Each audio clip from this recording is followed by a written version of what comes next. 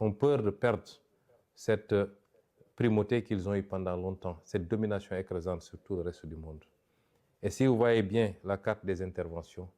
il s'agit de freiner et d'expulser une puissance comme la Chine, de l'Amérique du Sud d'abord, d'où ce qui s'est passé au Venezuela, ce qui se passe actuellement à Cuba, ce qui risque de se passer ailleurs, puisque la Colombie a été menacée également. C'est ce qui se passe actuellement au Moyen-Orient, où il faut couper effectivement toutes les connexions de ces pays avec la Chine, avec la Russie et peut-être avec d'autres pays des BRICS, et leur approvisionnement en produits d'hydrocarbures.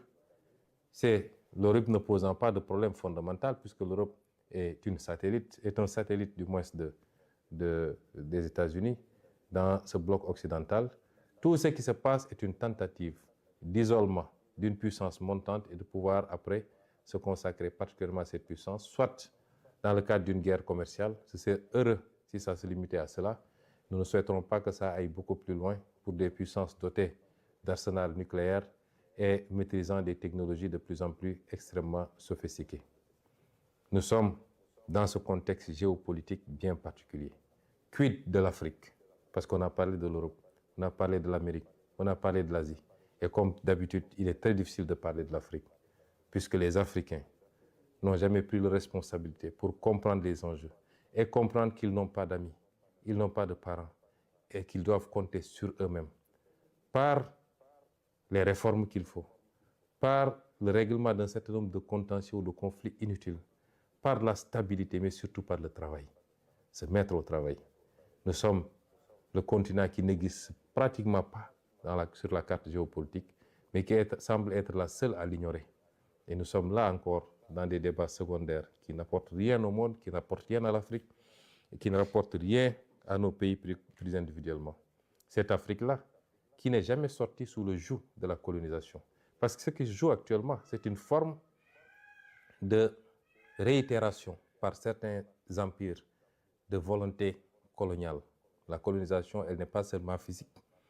même si ici on est sur le terrain physique, elle est aussi cette possibilité d'imposer ses vues, ses desiderata à tout le monde et continuer à dominer le monde, à le contrôler et à ne prendre les autres comme des vassaux ou des satellites. Ça, c'est une forme de colonisation. L'Afrique n'est jamais sortie de cette colonisation. Et je m'en veux pour preuve que ce que les d'aucuns appellent la néocolonisation, par les monnaies coloniales, par le pillage des ressources naturelles, mais également par la dette injuste imposée à l'Afrique, les conditions extrêmement délicates d'accès à ces crédits et tout ce que ça fait porter comme poids à l'Afrique. L'Afrique n'est jamais sortie de cela. Et les vrais combats, ils sont là. Et c'est ça notre combat, nous. Malheureusement, quelquefois, moi personnellement, j'ai l'impression d'être assez isolé dans ce combat, y compris ici, dans notre pays au Sénégal, et maintenant qu'on est au pouvoir. Et c'est ces enjeux-là que nous devons comprendre. Que je veux que chaque militant et chaque militante comprennent. Que notre combat dépasse les débats futiles et inutiles sur des combines et des manipulations politiciennes. mbokk yi àdduna bi jaxasoo na ñun rek a comprendre agul bu ñuy seetaan di xew ci àdduna bi ci ay commentaire la yem xamuñu ni lépp lu xew foofu impact bi mun a am suñuy réew ak suñu développement ak ci ëllëg ndax nit du soppiku l'être humain est un prédateur. La majorité des êtres humains sont des prédateurs. li andi woon ci ay jamono ay nit jaaxle fa ñu dëkk seen suuf doyul ñu soxla yaatu ba jël Sénégal wër fu nekk dem seet yeneen suuf ñu coloniser balaa loolu yeneen suuf yoo xam ne ñëfa ne di leen jaay en tant que jaam yeneen continent ñu dem liggéey loolu taxoon ñu demaat ba ñëw jël suuf soosu ñoo ko moom muy colonisation loolu du mus a dañ te ñu xam ni ba léegi rawuñu ci loolu àdduna mën na doxaat ba nit ñi dellu si waat dégg ngeen kenn ci kilifa yi mooy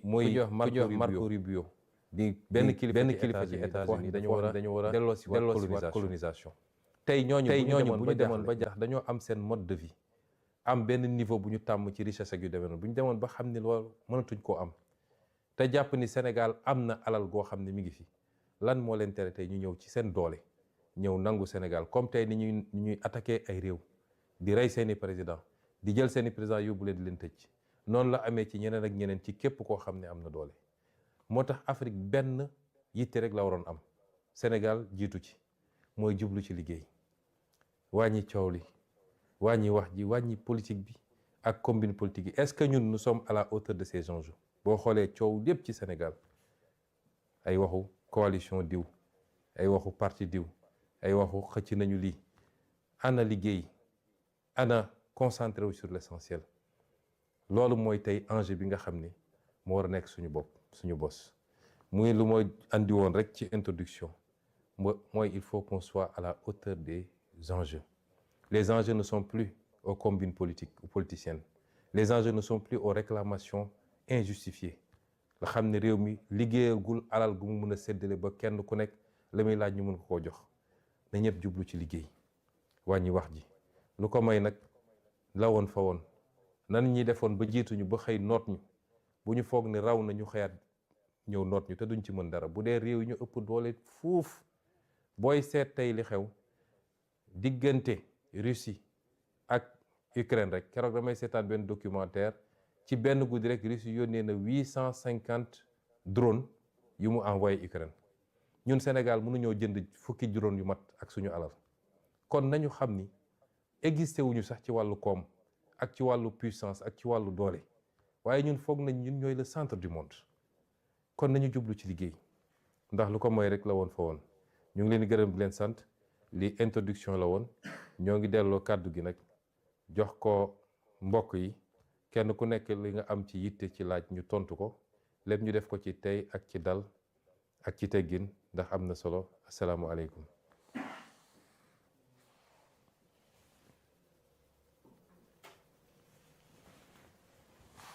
jërëjëf président ñu ngi lay ziar di nuyu militant yëpp di nuyu patriote yëpp nekk ci live bi donc li ñuy def rek mooy di très rapidement comme waxtaan ak pros la di ñuy jox militant yi ñu poser directement seen question niñ koy doxalee nag moo di ñuy dem zone bu nekk ñu daal di poser ñu jox nit ki nga poser benn question après président Ousmane Sonko daal di lay tontu noonu la ñuy progresser. Première zone bi ñuy dem moo di Kédougou dañuy dem foofu jox kàddu gi ki nga xamante ni moo tudd Lému Ngom mu daal di poser question président Ousmane Sonko Lému mën nga poser sa question. waaw bonjour tout le monde je m'appelle Lému Ngom pasteur Kédougou. Monsieur le président Ousmane Sonko, nous constatons actuellement un climat tendu au sein du PASTEF. Quelle est votre position à ce sujet et quel conseil donneriez-vous aux militants quant à la posture adoptée face à cette situation?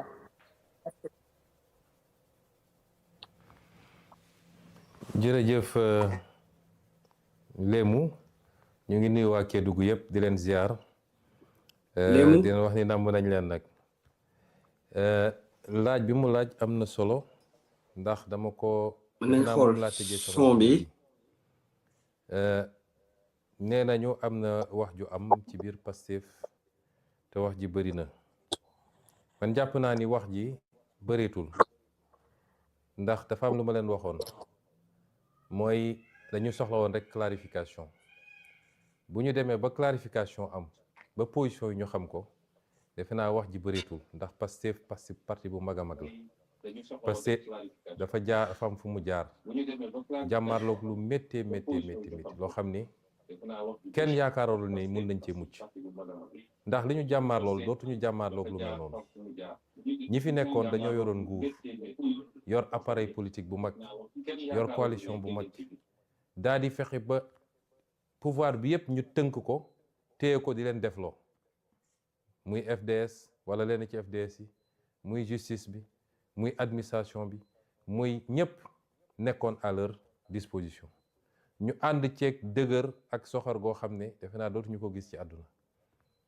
ma yàgg leen wax ci jamono jooju ne bu soobee yàlla dinañu rawale projet bi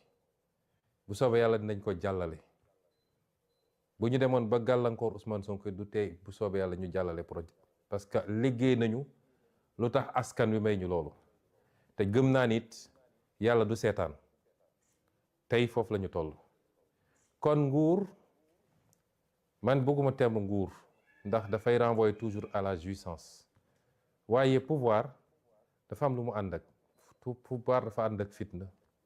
ñaare dafa ànd ak seytaane rawatina nag bu dee waajaluñu ko niñ ko war a waajalee mun na andi lu bëree bëri pouvoir a ni mel waaye ñun mënatuñu jànkonteeg lu ñu jànkonteeg damay dégg léeg-léeg nit ñi naan léegi lay gën a metti parce que dañoo xamante suñu biir déedéet loolu amut xamante suñu biir dafay yombal mbir yi kon clarification am na xam nañu position kenn ku nekk Pastef nag weesu na loolu moo tax toujours dama naan militants yi ñoom sax léeg-léeg ñoom ñooy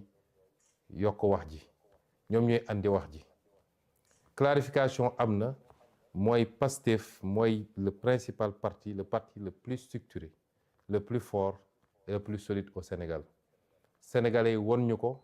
weesuwul élection législative bi ñu génn Pastef demal boppam yàlla jox ko lim ko jox jaarale ko ci sénégalais yi te loolu dañu fi ba léegi day yokk rek bu dee nag ci suñu biir ñëw nañu ba egg ci nguur mu am wuute ci gis-gis dañ koy delloo ci ëttu parti bi parce que parti bi dafa am ay charte am ay règles am nu muy fonctionner am lu mu jaayanteeg sénégalais yi la ñu boole lan la bu dee am na lu ñu boole li andi problème lan la bu dee am na est-ce que c'est strictement politique mooy ci parti bi la ñu amul gis-gis la ñu bokkul gis-gis wala dafa am loo xam ne ci état bi la mooy projet bi ñu porté ak ni ñu war a doxalee état bi ak fi ñu war a teg mbir yi est-ce que foofu am na wuute ci niñ ko yore amaana ñaar yëpp am na moo tax nag ma ne nañ ko delloo ci ëttu parti bi am na nu muy àttee parti bi noonu muy àttee nag responsabilité am dina ko jël ba mu mat sëkk parce que du parti bi mooy daw ci kannaaw ab nit ak koo munti doon man mi Ousmane Sonko moo demoon ba waroog parti bi moom mooy woon ne ma dellu sil ci li nga xam ne moom lañu moo ñu boole waaye du parti bi mooy tënku daw fekk ma doxal nañ ko noo xam ne nag fexe nañu ba kenn ku nekk déggal boppam barki démb bi ma président ne dafa bëgg a gisee ak député yi dama ko ne président loolu c'est pas une bonne idée su ma sañoon ñu bañ koo def moom defe naa fàttali na ko député yi barki démb ci liñ ma wax ma ne ko su ma sañoon ñu bañ koo def ñaar yi moo tax ma wax ko benn bi mooy waruñu koo def ci palais ba ndax njëkkoon na ma wax ni dafa bëgg a gisee coordonnateurs yi ma ne ko loolu lu baax la li tax may nangu loolu mooy damay bañ mu mel ni man maa dox digganteem ak parti bi ndax moom président Diomaye mënul gisee ak waa parti bi lu dul man joxe naa sama accord parce que ci wàllu parti bi man maay kilifa parti bi ci wàllu état moom mooy kilifa état bi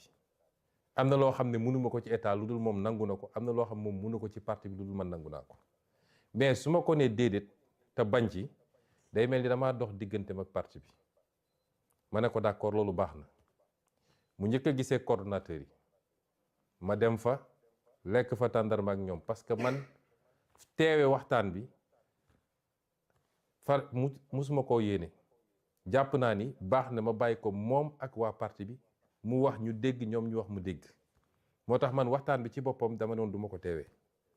waaye comme ndogu la ñu invité dinaa ñëw naan café lekk tàndarma bàyyi leen ñu yeggali seen waxtaan bu dee yeggaliwuñu mu def ko coordonnateurs yi bi ñu génnee ci waxtaan bi li ma ci dégg ci ay remontées amoon na ci ñu ci génn ak incompréhension wala sax déception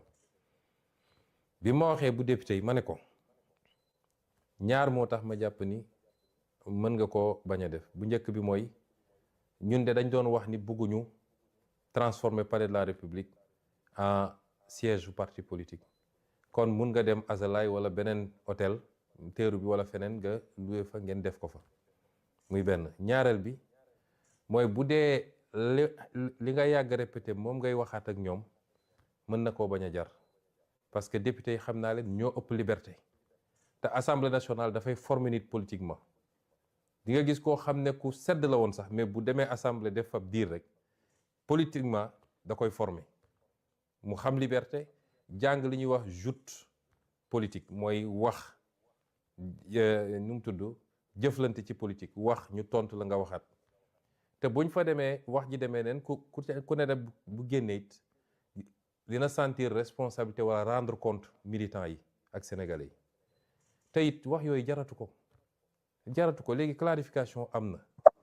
kenn ku ne na dem ba jàpp ni lii jàpp naa ne lii yoon la wala lii du yoon mën naa ko defaraat mais dajewaat pour répéter les mêmes choses muy yeewaat yeneen yi jaru ko mu insister ne moom il tient à les rencontrer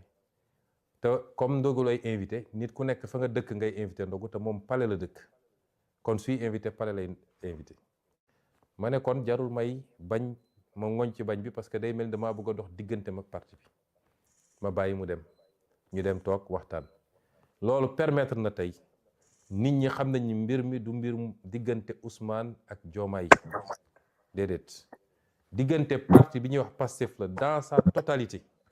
mën na am ay benn yuy essayer jouer yenn jeu yi dégg naa kenn benn député naan ay bu ñu déclenché ay confrontation fii confrontation amu fi double jeu la nit ñi war a bàyyi confrontation amu fi Pastef mënul confronté wu ak benn nit boo xam ne militant la ci parti bi te loolu la woote wu mënul ne donc confrontation amu fi mais baax na nit ñi xam ni bi ma njëkkee wax ñu bëri jàpp nañ ni am na ñu ma ci mere woon sax mais man xamoon naa lu kenn xamut gisoon naa lu gars yi gisut te loolu it ma ciy wax ak militants yi nañ ñu wóolu léeg-léeg nit jàpp ni Ousmane ma ngay nelaw gaa yaa ngi def ay affaire moom yéegul amul lu fi xew te yéeguma bu ngeen àndeek man nag ñu am fu ñu jaar mu métti woon lool ma digoon leen ni bu soobee yàlla dinañu jàll ba yàlla jàll lañu tey ngeen ñu war a gën a wóolu xam nañu lépp xam nañ ko ah déet yàlla rek a xam lépp sax waaye la ñu xam bëri na lu fi yëngu xam nañ ko waaye dafa am nu ñuy doxalee mbir yi moo tax ma ne leen coow li léeg-léeg Pastef moo koy yëkkati jaru ko léeg-léeg Pastef dañuy xaw a li tubaab di wax free la lu yëngatu rek benn waaye jóge fële wax benn wax rek waa Pastef yëpp riirandoo chaque jour may leen baleen loolu ànd leen ak tey ak dal ngeen nekk ci liggéey bi loolu moo am solo nekk ci liggéey bi nga xam ne li ma génne temps yële directive ma génne am lu ma santaane gis naa ni sax yéen a ngi ci yokk leen ko nekk leen ci loolu gis nga politique en politique y a pas de miracle la politique ne ment pas loo liggéey rek ngay jotaat yàlla may nañu lu dëgër waaye dañ fee bëgg a nekk nu mu gën a yàggee sama li ma leen di sant mooy nekk leen ci liggéey bi la ca des bàyyi leen ko mu dox ni mu war a doxee duñ ci jar a wax rek dinaa leen ko wax ba mu mat sëkk man awma ay nëbatu yu dul jeex loolu mooy ñi jàpp nañ ni sax défaut la ci man waaye lu jarut a wax tim bu leen ci wax ngeen xam ni tey dañoo boole fonction politique ak di gérer état loolu dafa am nuñ koy boolee liggéey ko kon ñu ngi lay gërëm di la sant ci sa laaj bi di dalal ñëpp ni Pastef amul problème tey la Pastef gën a dëgër tey la gën a am doole Pastef bu dee li fi nekkoon ak li fi dajeeb ci opposition ñoo ko jaaxalut wax dëgg yàlla du ay waxu coalition moo koy jaaxal ñun ñoo leen di jox sax léeg-léeg di xale naan ñun ñoo leen di jox buzz di ci wax loo xam ne jaru ko kon ñu jël ñaareelu question bi.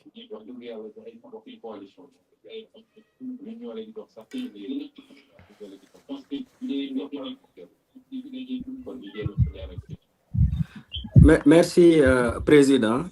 dañuy jox kàddu gi Khadim Ndiaye mi ngi nekk ba fële ci Diourbel Khadim Ndiaye mën nga poser sa question. waaw salaamaaleykum waa panel bi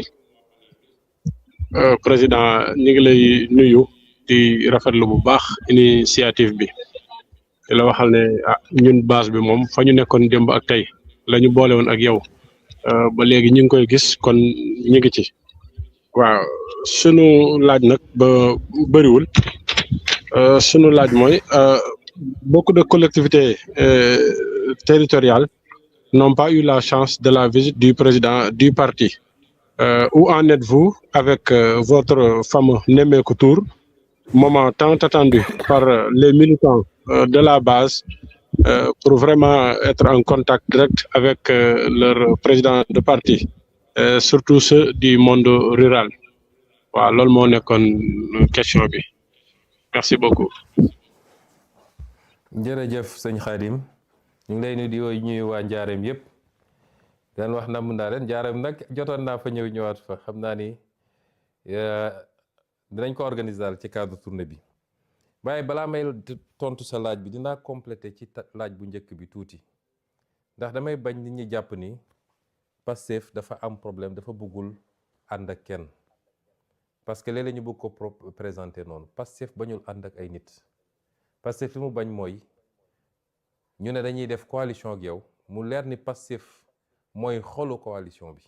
mooy poids lourd bi nga ñëw ne damaa bëgg a toog ca kaw Pastef wala ñu ne dañuy ànd ci coalition nga ñëw ne man li gën a dëgër ci coalition bi naa xool nu may defee ay pexe pour tàqale leen di def ay jeu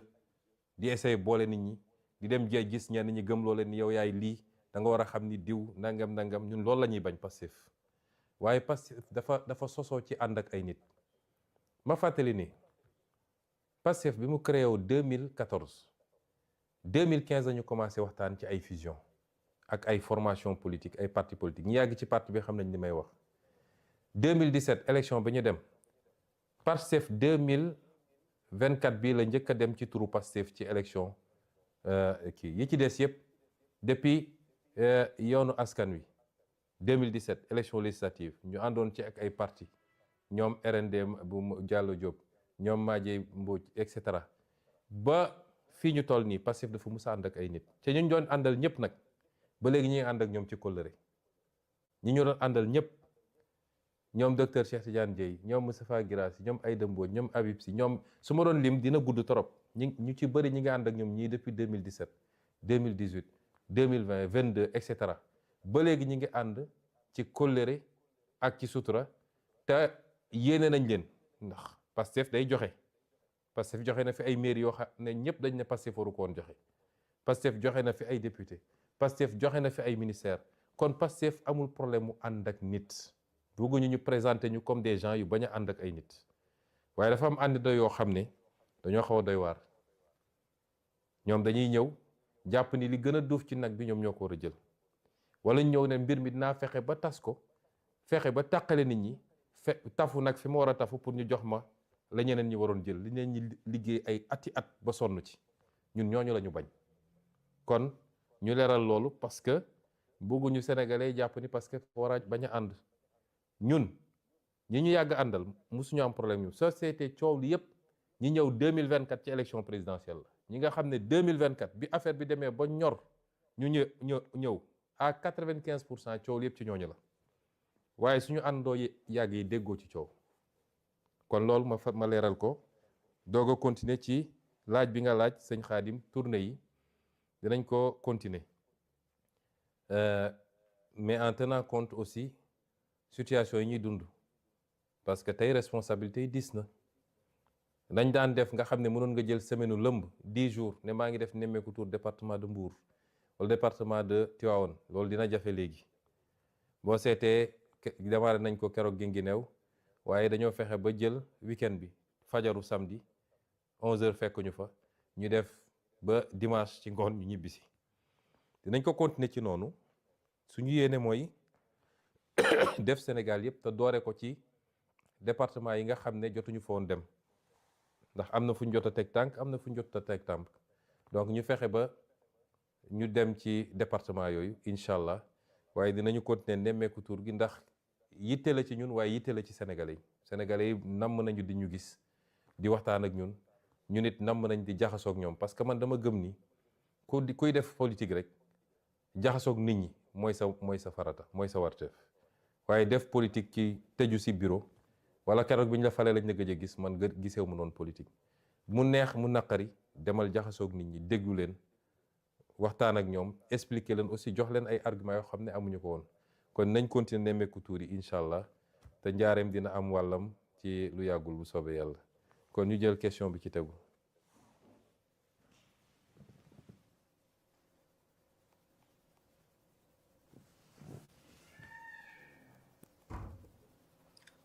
merci président ki ñuy jël moo di Thérèse Diamé.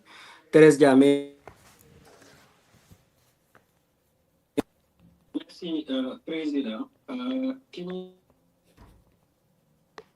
Assalamu alaikum. Président Ousmane Sonko. maa ngi doon laajte ba xam qu'est-ce que le parti envisage par rapport à création d'autres mouvements comme mouvement bu mel ni doomu jàngu bi. Merci beaucoup. Thérèse Diamé ban département la? Département Dakar, excusez-moi. Dakar. jërëjëf Thérèse ñu ngi nuyu waa département Dakar yëpp di leen ziare di leen gën a soññati ndax Dakar moom Sénégal fépp am solo mais Dakar mooy suñu capitale donc département bi am na solo gis nañ nag liggéey bu am solo bi ngeen ciy def sous la coordination de votre coordinateur monsieur le maire Abbas Fall dinañ leen continuer appuyer ndax Dakar moom c'est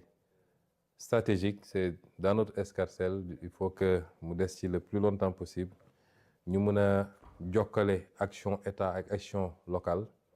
action centrale ak action locale mu jur résultat yi nga xam ne moom la ñu bëgg. laaj bi nag am na solo parce que parti bi ay mouvement niñ ko structuré dafa am bureau national bi ay secrétariat la ak ay mouvement am nag organisation horizontale bi à la base muy coordination yi ak section yi. mouvement yooyu nag texte parti bi dafa wax naka la ñuy créer mouvement ci parti bi dafa am un processus bu ñuy jaar pour la validation des mouvements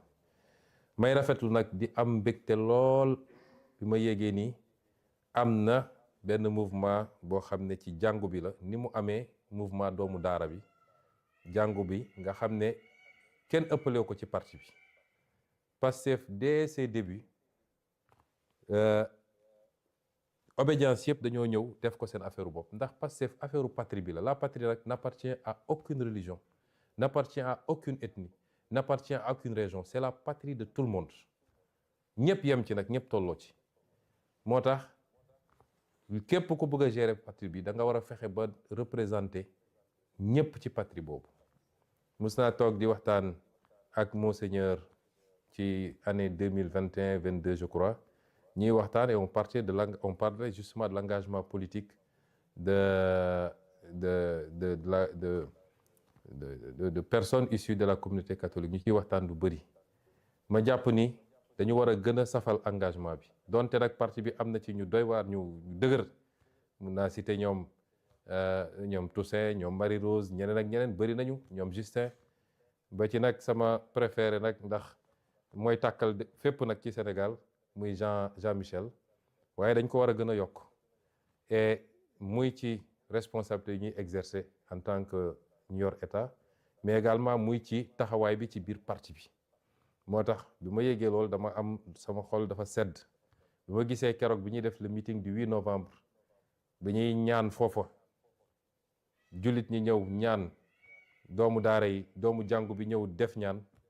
dafa seddal suñu xol te loolu yëpp yàlla nangu na ko ndax gis nañ meeting ba defe naa meeting bu mel noonu musul am Sénégal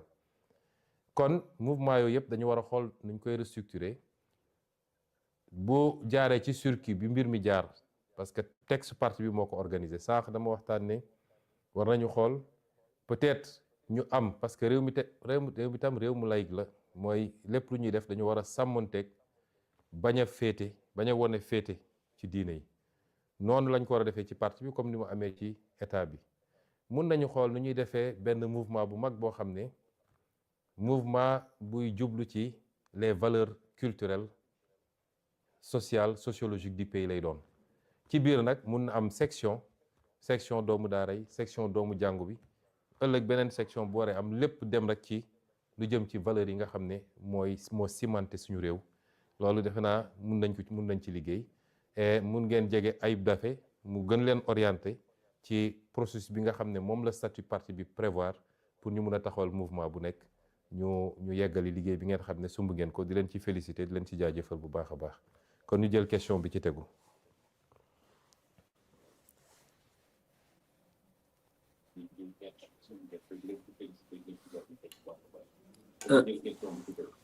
Merci président après Dakar nag dañuy dem Ziguinchor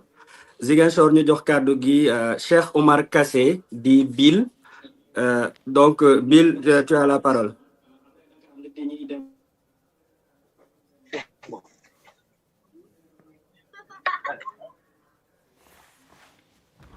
Président. yooyu Kassé ñu ngi lay dégg bu baax. waaw dama doon laaj rek ndax sa communication ak la région de Ziguinchor ndax moo ngi am ci base bi bu fekkee moo ngi am au niveau de la base ndax moo ngi jaar à la voie hiérarchique bu fekkee loolu am na alhamdulilah bu fekkee amul lan moo ko gàllankooral parce que dañuy faral di gis ku tëb daal rek naan président woo na ma président wax na ma président woo na ma président wax na ma finalement munuñu am canal bi nga xamante ne dinañ fa jot ay waxu président géej nañ la gis lool mais nag day baax ñu lay dégg bu fekkee tamit dañ lay dégg si yan canal lay jaar loolu moo newoon sama question. jërëjëf Kassé question bi nga posé donte da nga ko posé spécifiquement à Ziguinchor mais dama jàpp ni question bu gën a yaatu la di nga ma permettre c'est une très bonne question bu may permettre de manière générale ma leeral comment on fonctionne dans le parti. Ziguinchor nag c'est vrai gëj naa fa xaw naa fa gëj te li ma tënk xam ngeen ko mais am naa yéene ñëw fa ci fan yi xam naa ni ñaan naa yàlla balaa koor gi di jeex daal ma ñëw ziar si seet mbokk yi même su dul cadre politique mais dinañ fa ñëw te dinañu gën a organiser gën a teew Ziguinchor waaye yéen xam ngeen ni yàlla dafa am lu mu def ñu nangu ko di ko sant bu baax a baax mooy suñu leadership aussi du leadership bu région du leadership bu département leadership national la ma jiite parti boo xam ne parti national la Matam Kédougou Ziguinchor ak feneen lépp man dama ko tollale yemale ko donte nag su dee Ziguinchor sama cosaan la dinaa leen jox de temps en temps ay coup de pouce ni ma ko mënee mais ci wàllu ni may gérer parti bi je ne communique pas plus avec Ziguinchor qu'avec Koumpentoum ou avec et cetera parti bi nu mu bindoo mooy du man maay communiquer directement ak base bi loolu bi ñu créé parti bi la ñu teg règle yooyu loolu tax parti bi am poste président am poste secrétaire général loolu raar na léeg-léeg parti yi dañuy am poste président wala poste secrétaire général bi ñu créé parti bi dañu ne man dama ne bugguma nekk président parti boo xam ne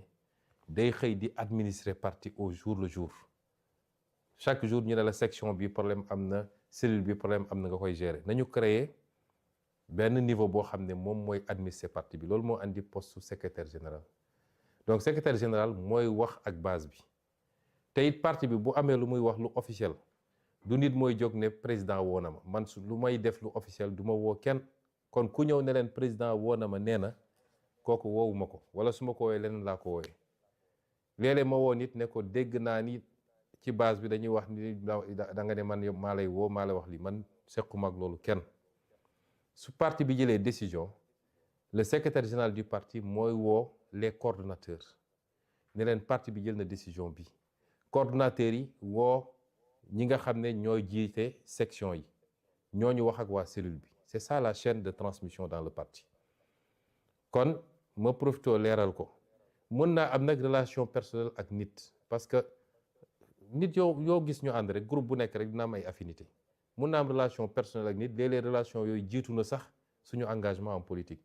mais tekkiwul ni ci la ñuy liggéey ci parti bi su parti bi amee lu muy jàllale ci base bi damay woo kenn de manière informelle di ko wax déedéet ça ne marche pas comme ça kon ma dajal seen xel ni à chaque fois que le parti a pris des décisions mu war a jàll am na canal yu muy jaar te Ziguinchor ak Sédhiou ak Dakar ak feneen ñoo ci yem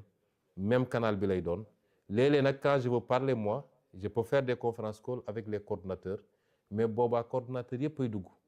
wala ma def ko ak les sections il y a quelques mois def naa avec toutes les sections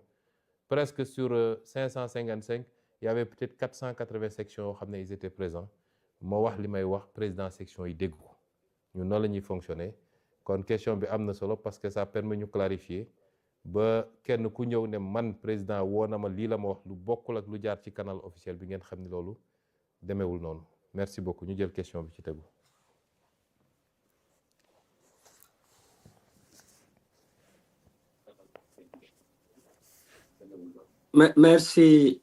merci président ñu dem fi nga xamante ni moom moo di Kaolack ñu jox kàddu gi Khadijatou Ly pour Kaolack.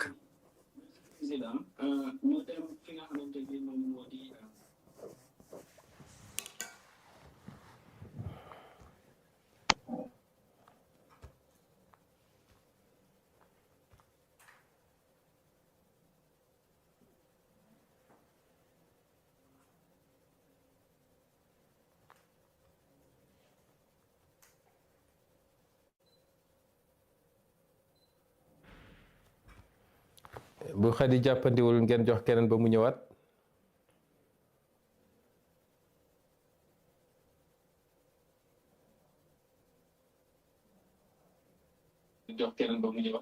waaw comme jàppandiwul ñu dem Louga kon Louga ñu jox bu technicien yi pare Louga ñu jox Roxe Njaay Jaw waaw comme jàppandiwul ñu dem Louga kon.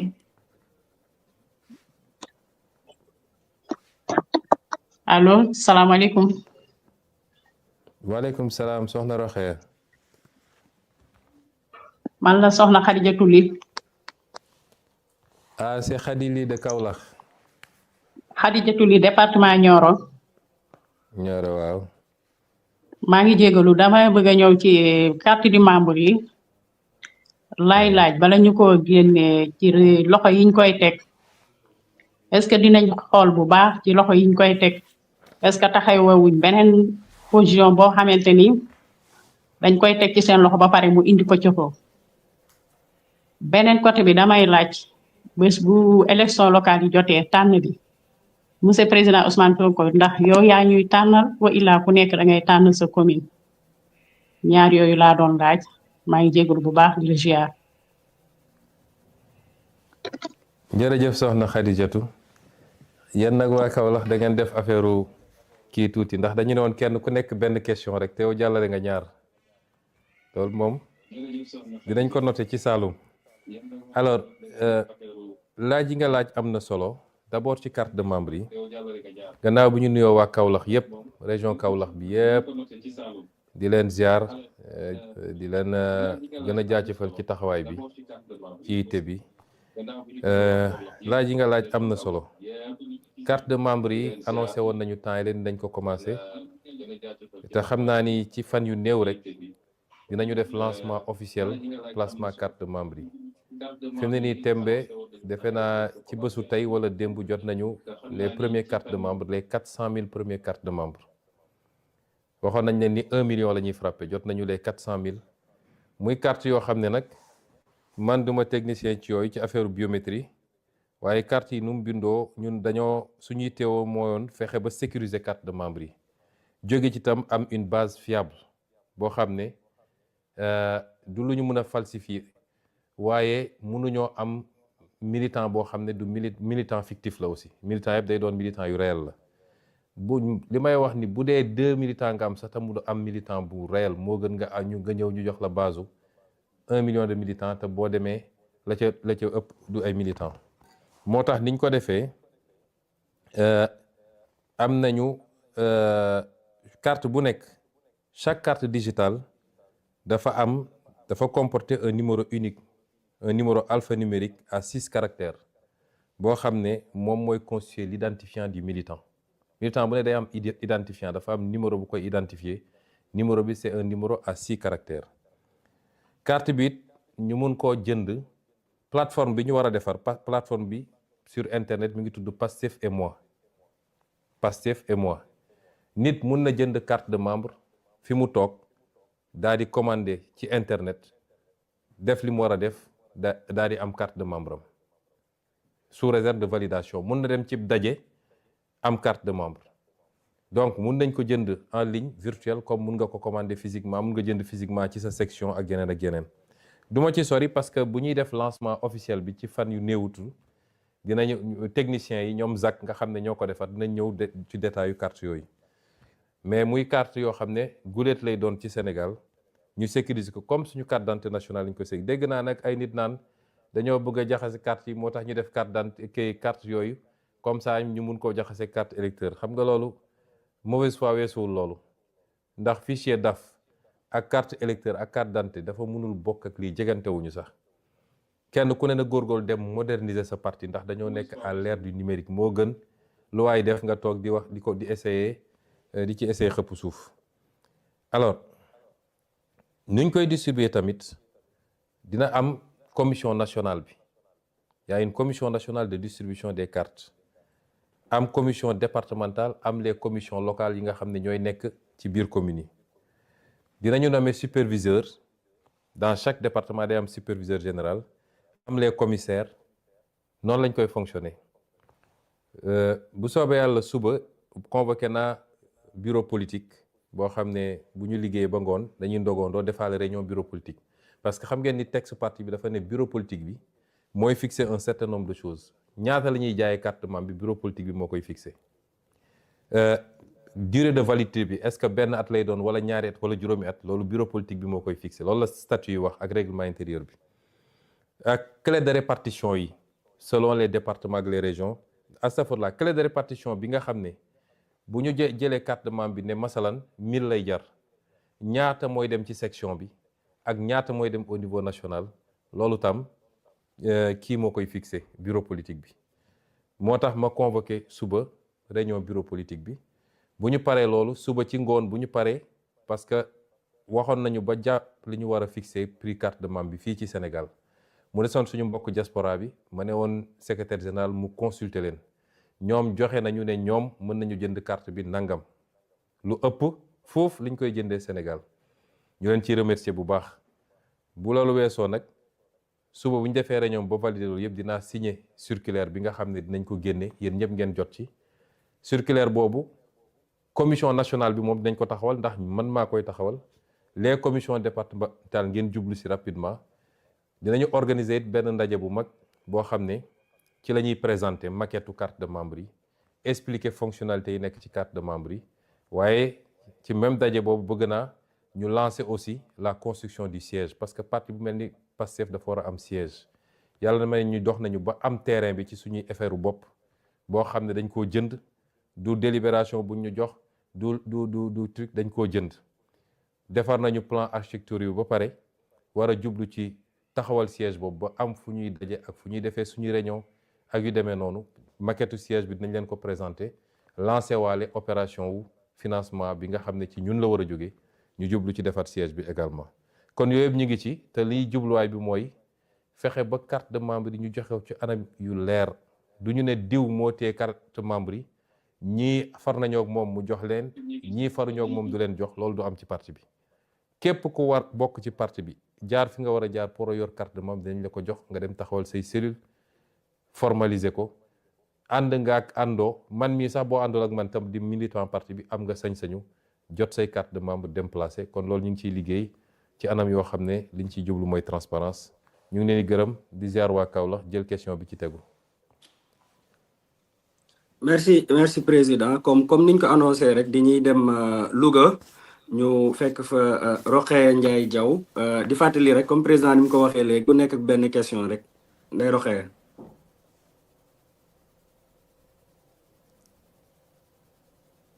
asalaamaaleykum. asalaamaaleykum waaleykum salaam wa rahmatullah. monsieur le président di lay ziar bu baax a baax di la nuyu di la encourager di rafetlu initiative bi bu baax a baax a baax. waaw man de li ma doon laajte par exemple moo doon affaire carte de membre yi te sama collègue bi ma jiitu wax na ci donc man du ma si waxaat léegi li may wax mooy dama doon laaj réinvestiture yi est-ce que jotul ñu def ko si parti bi parce que presque dans beaucoup de localités les coordinations souffrent et sont un peu paralysées du fait que les activités manquent. Parce que bien coordinateur aussi il y a beaucoup de fonctions si bopam il y a des manques de temps ak yeneen yoo xamante ne ni ñu ngi fi kon ñuy laaj est-ce que jotul ñu def réinvestissement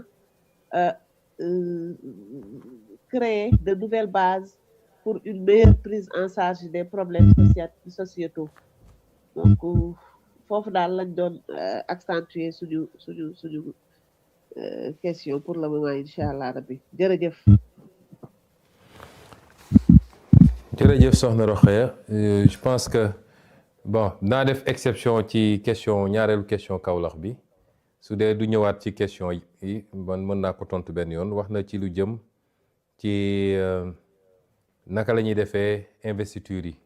pour élection locale yi ñu dëgmal investiture yi toujours ñun dañu am parti bu organisé am ay texte dañoo amoon texte yi dafa waxoon ni base bi moom mooy décider sauf élection présidentielle yeneen élection yi dañu renvoyer woon à la base bi ñu changé texte yi ci jamono yële passé dañu génne parti boobu ci texte parti bi renvoyer ko ci benn charte des élections charte des élections bi nga xam ne dañ ko war a jël malheureusement jëlaguñu charte boobu waaye nañ ko finaliser rapidement mais ak lu munti amee ak lu munti demee démocratie boobu ñu defoon te mu jig ñu mooy bu élection jotee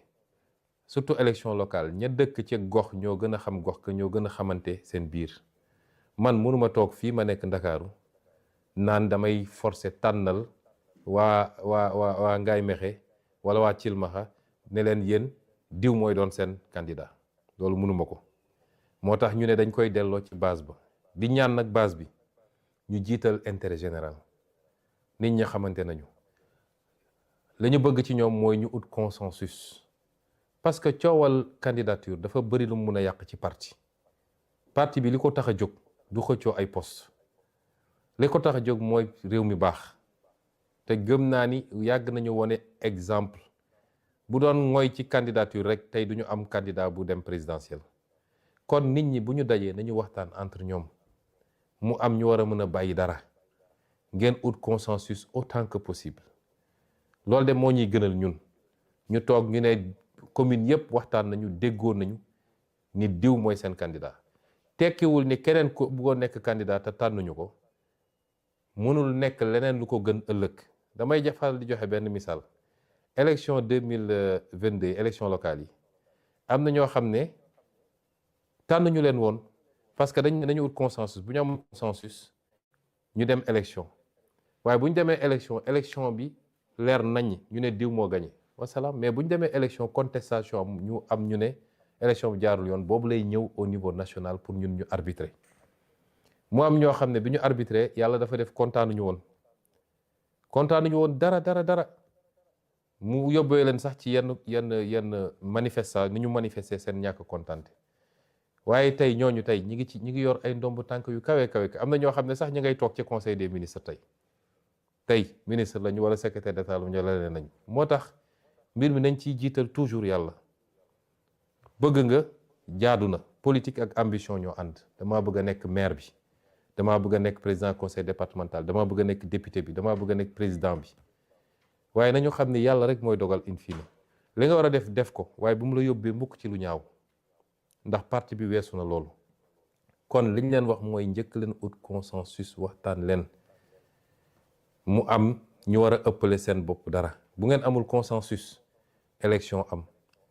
bu ñu defee élection kii moo gagné ñi ci des ñëpp ka bëggoon te gañewul na ñëw nekk son directeur de campagne même bu dee kële nangul na ko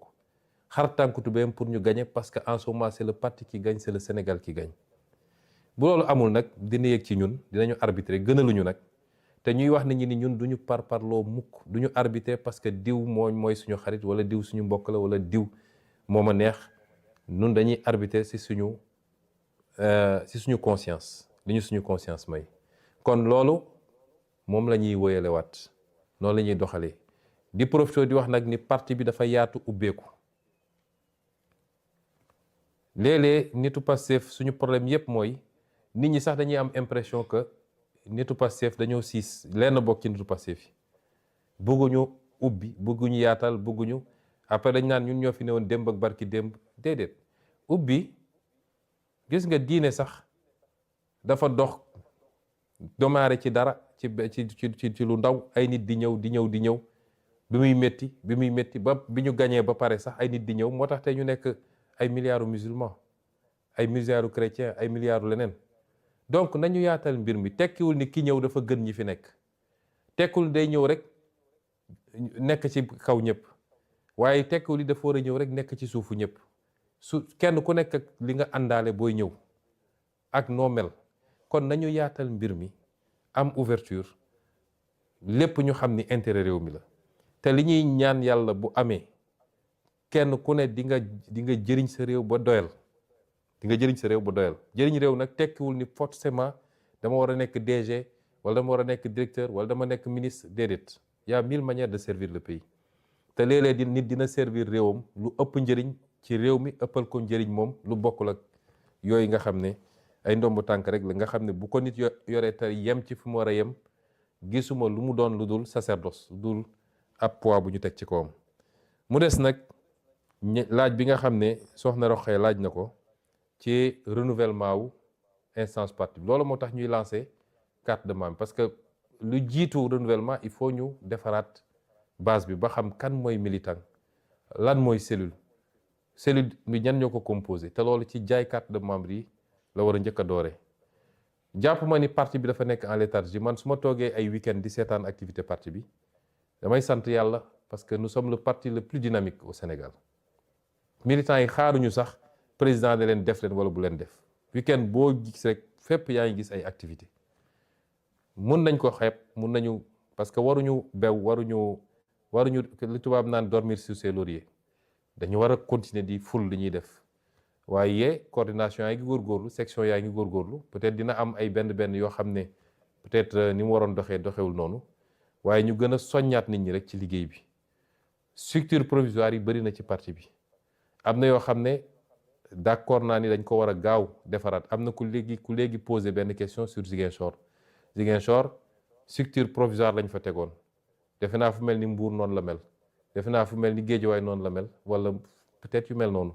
yooyu war nañoo gaaw parce que ay communes yu mag la ay départements yu mag la ñu def renouvellement yi rapidement mais ñu def ko teg ko ci yoon parce que renouvellement yi jaay carte yi aussi moo ñuy permettre ñu dem congrès bi man ne woon naa dañu génn avril te defuñu congrès ñaari dàqante wuñu sax parce que congrès parti bi mun nañ ko def à tout moment ndax congrès parti bi kenn rek lañ ciy renouveler ñaar mooy président parti bi ak trésorier parti bi ñoom la ñuy fal ci congrès ba faluñu fa bureau politique faluñu fa coordination président parti bi lañ fay fal ak trésorier parti bi su ma juumul kon loolu mun nañ ko organiser à tout moment su loolu weesoo defaraat texte parti bi lépp lu ñu bëgg a yeesal ci texte bi ak les résolutions yi nga xam ne mooy doon résolution yi war a orienter action parti bi moo taxoon ma joxewoon ndigal waa bureau politique bi ne leen nañu gaaw liggéey ci ñu dem ci congrès bi parce que boobu ba léegi nag ñi ngi wax congrès yàgg na jot na parti bi organise son premier congrès ordinaire ñu ngi leen di gërëm leen sant jël question bi ci tegu.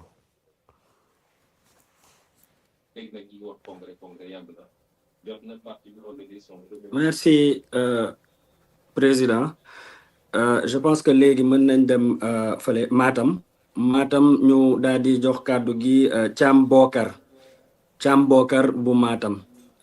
yaa yor ko kàddu gi.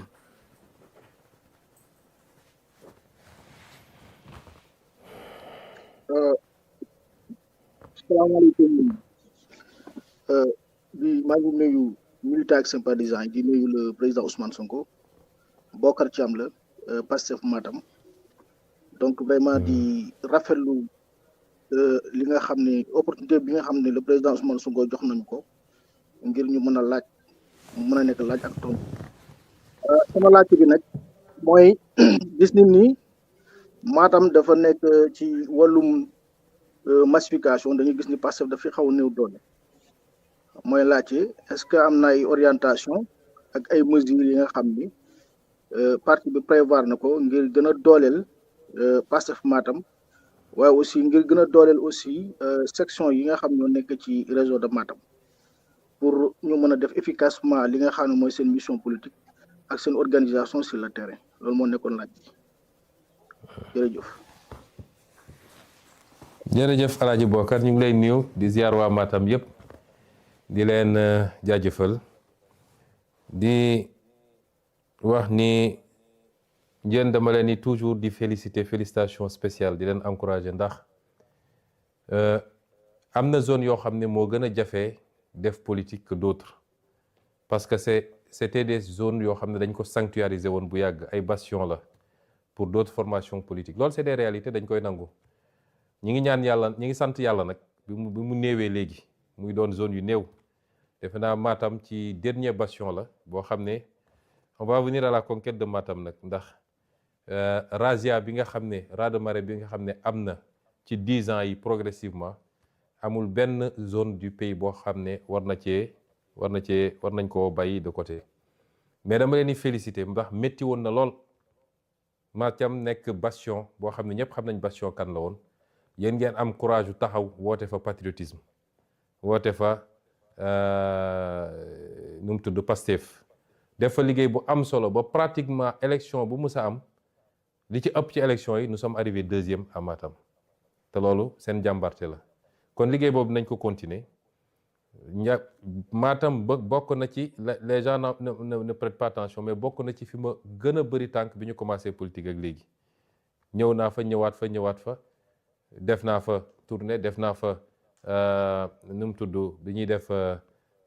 vacances citoyennes ñëw naa fa bi ñuy def ñëw naa fa tournée ñëw naa fa yeneen ak yeneen loolu yëpp c'était pour dooleel Matam pour xam enjeu bi mu nekk ak effort yi ñu war a def pour conquérir ko donc liggéey bi nañ ko continuer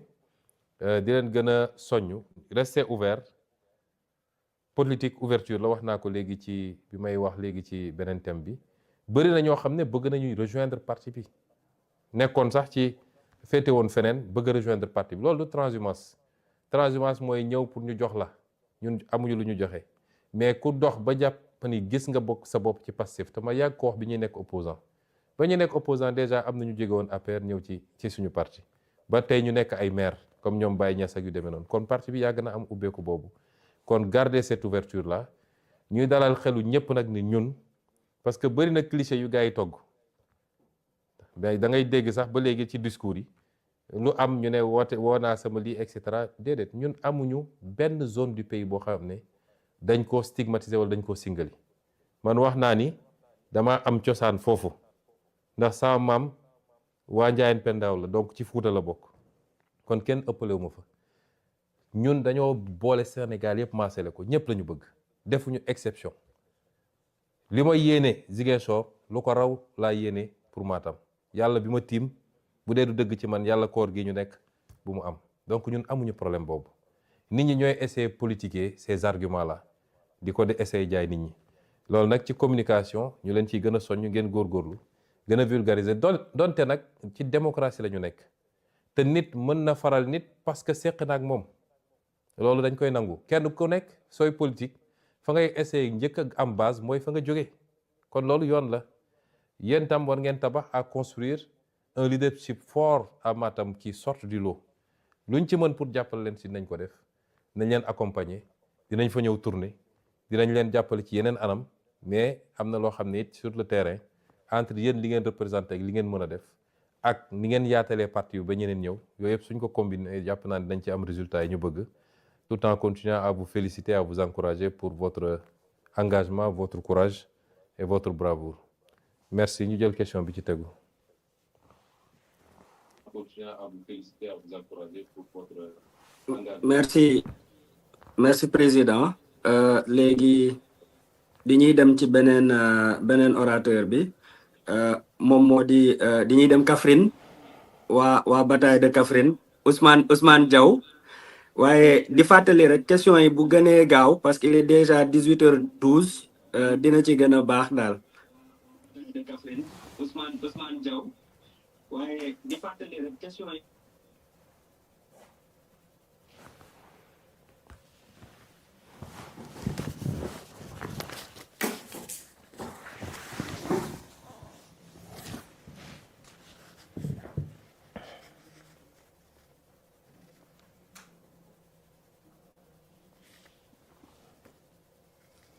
Ousmane Diaw dafa mel dafa am problème son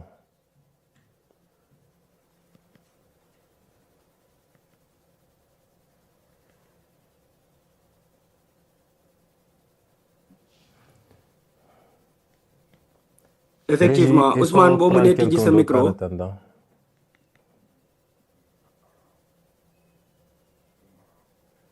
Oui, asalaamaaleykum wa rahmatullah. Aleykum salaam wa rahmatullah. ñu ngi nuyu di jaaree moom nuyu àdduna wërngal yëpp comme ni nga ko waxee rek bataille de Kaffrine nag weeru koor la woon te ñu ngi ci weeru koor également. En fait ñun président suñu mooy gis nañ ne génne woon ngeen communiqué par rapport ak carte membre yeeg yooyu ñu tegaat ci beneen bataaxal boo xam ne ñëw na dooleeku si joxe des instructions pour que mouvement yi wala ñi nga xam ne ñoo nekk coordination départementale yi section communale yi également ak cellules yi ñu gën a jublu ci activités yi ñun li ñuy laaj ban message ngay envoyé ñooñu ñëpp pour que nga gën leen di ñaax ci liggéey bi waaye it lan nga ñu mën a assurer comme ni ko suñu collègue bu Matam waxee léegi dëkk yi nga xam ne xawoon nañ fa am néew doole nan ngir la parti bi mun ñoo jàppalee pour que ñu gën a mën a def ay activités yu bëri wasalaamaaleykum wa rahmatullah. Aleykum salaam sëñ Diaw xam naa ni dañuy baral tontu yi régie bi man la ñu bëggoon wax ma baral tontu bi ñuy wax gars yi nañu gaaw question yi waaye dégg naa wax ji naa dañuy bañ ndog bi fekk ñu fii séeréer yi mer ci ñun li ñuy wax rek même politique bi la ñu appliquer pour tout le monde mooy base bi ni leen di jàppalee ñoom ñëpp amuñu ci xaj ak seen kon lépp lu ñu mën a def pour doole leen donte nag Kaffrine wax dëgg yàlla boo ko comparé ak Matam def nañ fa benn remontada bu extraordinaire ba jàpp naa ni fi mu toll nii moom yéenay borom Kaffrine yéex naa ñëw waaye defe naa à partir de présidentielle bi législative bi yéen waa Kaffrine rattrapé ngeen un peu te noonu ngeen ko diggee woon bi ma ñëwee Kaffrine ci guddi koor googu dama leen ne est-ce que di ngeen continuer nekk à la traîne par rapport ak ce fortement mouvement bi am ngeen xale yëpp jëloon engagement ni kenn du dem bàyyi fay Kaffrine kon liggéey boobu dañ koy continuer ñu ngi leen di gën a encourager di leen gën a soññ di leen masawit wax leen ni vous avez tout notre soutien la ca war yëpp ci engagement ci formation ci mobilisation saa suñu tànk oyofe it ñu ñëw parce que ñun noonu lañ leen mën a dooleele xam nañ ni population yi dañuy bëgg di ñu gis di saafonteeg ñun te loolu saa yi fu ñu ko def ba jóge fa rek dina gën a dooleel ña fa nekk ci base bi di liggéey pour parti bi donc yëpp dinañ ci ànd di liggéey pour gën leen jàppale ci liggéey bi à la base kon la ca des nag mooy militants yi nañu jublu ci liggéey bi les enjeux sont énormes sama introduction dama wax ci enjeux yi débat politique bi c'est mineur par rapport ak enjeux yi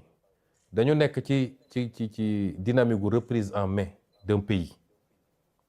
wax ju bëri yëpp loolu la c'est-à-dire réew mu ñu doxalee ci benn anam bi pendant 60 ans nga ñëw ne dama koo bëgg a jubbanti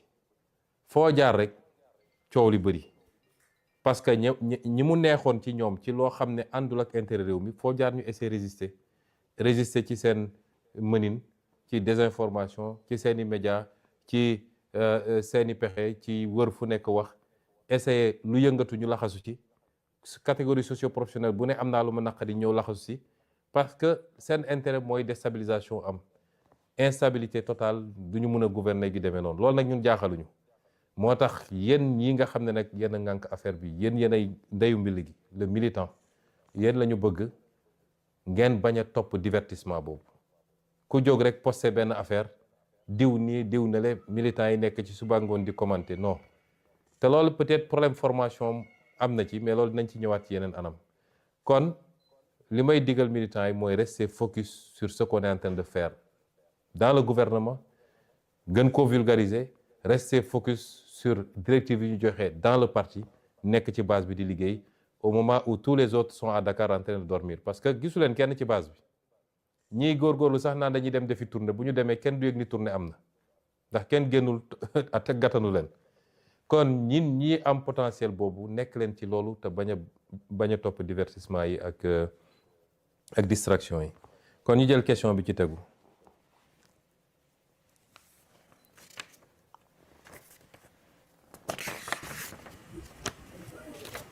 madame Aw nekk ba fële di Thiès madame Aw bu Thiès. salaamaaleykum wa rahmatullah. waaleykum ñu salaam ngi wa rahmatullah. nuyu bu baax a baax suñu président di profito di la àpp ci koor gi di réitérer tout notre engagement et notre détermination di renouveler suñu confiance et di renouveler également suñu serment d'allégeance. Question bi ñu bëggoon poser bëggoon nañ xam le parti, est-ce qu'il prévoit un mécanisme pour recueillir les préoccupations, les différentes préoccupations de la base et surtout de pouvoir instaurer une communication franche et rassurante entre les responsables et les militants afin d'avoir un impact positif sur les sympathisants, mais aussi sur le peuple sénégalais. Di wax nak président amal nga bor boo xamante ne waa Thiès donc lépp loo maanaam mbir yëpp mën nañ la ko baal ba mu des bor boobu mooy nemmeeku tur bu mujj bi da ngeen ñëw ba Tiwaawan waa Thiès yëpp préparé wu di xaar ñu dagg ko fa donc ñuy ñaan yàlla mottali yéene boobu ba ñu mën na accueillir biir Thiès. Merci beaucoup président. jërëjëf madame Aw ñu ngi leen di gërëm di nuyu waa Thiès yëpp leen ziar nemmeeku tur ba moom yéen xam ngeen la ci xew defe naa ba ñuy nekk ci étape Tiwaawan la ñu jël ki doon organiser nemmeeku tur bi Fadilu ne ko rëpp ci kaso bi ca la traque ba dëgg takarnaase ba fi mu mujjee waaye du woon suñu coobare te niñ ko waxee rek fépp ci Sénégal bëgg nañ fa def nemmeeku tur te dinañ ci góorgóorlu Thiès nag du priorité ndax Thiès duñ fa gëj te am ngeen ay atu yoo xam ne macha allah te jege na Ndakaaru saa ngeen ñu bëggee gis ñu alors que tey soo jëloon Goudiri wala nga jël Saraya wala yu demee noonu foofu la gën a jafe donc ñooñu la ñuy essayer njëkk nemmeeku doog a ñëw nag ci kii bi communication bi li nga wax moo tax tey ma def lu mel nii parce que soo nee les responsables je crois que le premier responsable mooy man mii te xam naa ni léeg-léeg nit ñi dinañu xaw a jàmbat ñàkk a am possibilité communiquer directement ak ñun bu weesoo sama jëmm nag ñun instruction bi ñuy jox tout le temps les responsables mooy ñun rester collés pas seulement sax au parti mais aux populations de manière générale di waxtaan ak ñoom di leen dégg di leen déglu di leen expliquer li ñuy def parce que loolu mooy permettre tout le temps ñu am cette compréhension mutuelle bu ñuy permettre ñu mën a dérouler li ñuy dérouler en toute sérénité kon les mécanismes certes on va les améliorer mais je crois que ñu ngi def effort yu bëri pour communication bi te kenn ku nekk nag niveau bi nga toll ki jiite cellule dafa war a communiquer ak ñi nekk ci cellule bi ki jiite section noonu coordination ba ca kaw loolu la ñuy sant nit ñi tout le temps et dinañ ci gën a góorgóor gën ko formaliser parce que parti bi léegi dafa yàlla dañoo may nag ñu ngi koy sant yàlla parti bi dafa njaboot dafa yaatu kon ni nga ko doon gérer ba ngay nekk 2015 bokkul ak ni nga koy gérer bi nga nekkee ci jamono ji kon loolu dinañ ci gën a góorgóorlu bu baax a baax ñu ngi leen di gërëm di jël question bi ci tegu.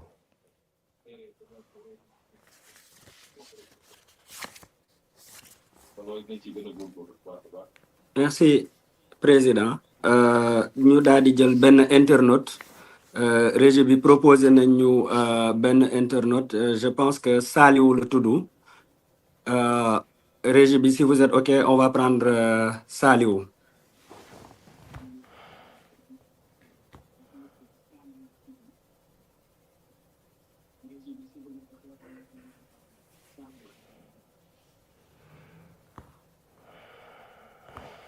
Bon, visiblement pareeguñu donc on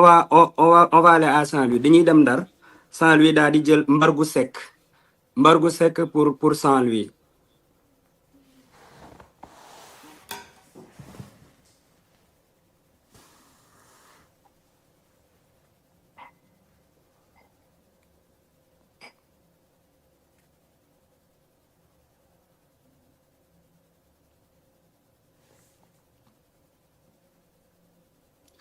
Saliou mën nga tijji sa micro Saliou mën nga tijji sa micro. Dans le département de Dagana commune de Mbane monsieur le président ñu ngi lay nuyu bu baax a baax di am contentement bu baax une question nag monsieur l'initiative du temps afin de renforcer leur capacité et leur permettre de mieux jouer leur rôle sur le terrain ci la wax nag commune Mbane na mën a la trop ndax gisagul pro si commune Mbane ñu ngi nuyu ñëpp di leen ziar asalaamaaleykum wa rahmatullah. waaleykum salaam. Saint-Louis la parce que kii bi dafa doon dagg au début c'est Saint-Louis waaw ñu ngi leen di gërëm bu baax di nuyu waa Mbane di nuyu waa Ndar di leen wax ni namm nañ leen trop Ndar moom ñëpp xam nañ li ma booleeg moom ak fi mu toll ci man su ma sañoon semaine bu nekk ma ñëw seet si leen yaaye ci laaj bi nga laaj bu am solo la man dama jàpp ni bokk na ci problème yi ñu am ci parti bi ba muy andi léeg-léeg jafe-jafe ci comportement yi ñuy gis ci réseaux sociaux yi ci su événement amee ni nit ñi di réagir loolu yëpp manque de formation moo ko andi dama yàgg a wax nag ni Pastef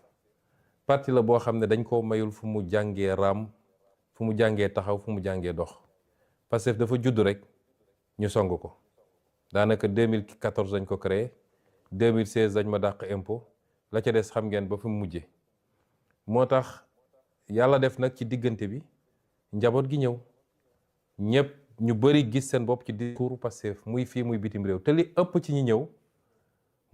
musuñu woon a def politique xamuñoon politique comme sama genre gi rek man mi musuma woon def politique ba 2014 kon loolu boo booleelu yëpp day andi léeg-léeg ñu gis ni militants yi jàmbaar lañu am nañu engagement am nañu détermination trop mais léeg-léeg sax ñu juum ci loo xam ne ñàkk formation moo ko andi te it dañoo remarqué ni dafa am écart bu rëy entre ñun ñii féete kaw rawatina man mii di jiite parti bi ak base bi loolu nag suñ ko gaawul corriger rek mën na yàq lu bëri moo tax ñu joxe ndigal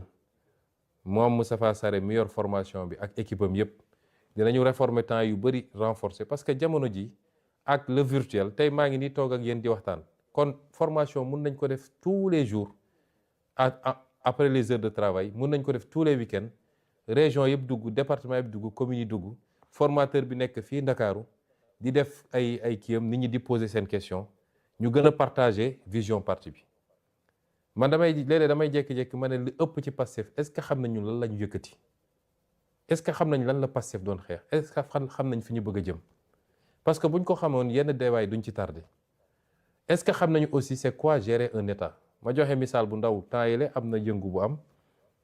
ñun ñëpp ñu koy raj ña koy ñaawlu gënul mais léeg-léeg boo gisee émotion bi yenn waa Pastef yi gaaw a réagir lii yenn saa yi émotion la yenn saa yi da ngay am l'impression que bu dara amee ñenn ñi dañuy bëgg a gaaw setal seen bopp ne man bokkuma ci ñoom la mais gérer un état c'est faire face à des responsabilités et on va en faire face lu bëree bëri parce que réew kenn du ko changer munoo defal omelette te tojoo ay nen munul ne sénégalais yi ñu ci bëri bëgg nañu changement mun naa ne sax ñëpp bëgg nañu changement mais bëri na ci ñoo xam ne pareeguñu pour changement bi changement tant que mi ngi concerné ñeneen dañ lay tàccu ne la bravo mais boo egsee si ñoom rek ñu ne la déet du fi amee loolu mooy Sénégal nit ñi bëgg nañu changement xam nañ li fi ne du yoon xam nañ ni yoon bi ñu jaaroon ba egsi fii baaxul bu baaxoon tey ñu mel ni Maroc au minimum suñu melul ni France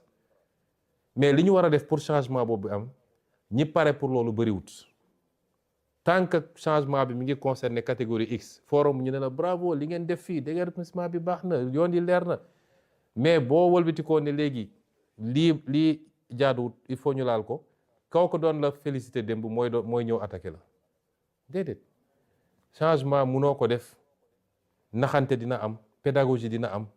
parce que loolu mooy jiitu lépp waxtaan ak nit ñi essayer leen jël par conviction essayer leen convaincre mais leader bu jël décision jotee da nga koy jël bu la leer ni lii moo baax ci réew mi mu leer la lii moo baax ci réew mi te loolu moo tax ñu fal la jox la tous les moyens bu jotee da nga koy def mais léeg-léeg nga poser acte rek boo mooy les militants yi sax ñoo njëkk a jóg ku nekk te xamuñu le fond de l'affaire, xamuñu ko, maîtriser wuñu ko. loolu yëpp ñàkk formation la moo tax faw ñu jublu ci formation bi. mun nañ ko def lu bëri en ligne, am na yoo xam dina laaj déplacement ñu def ko, mais il faut ñu gaaw ci formation bi. kuréel tam bu ñu àndee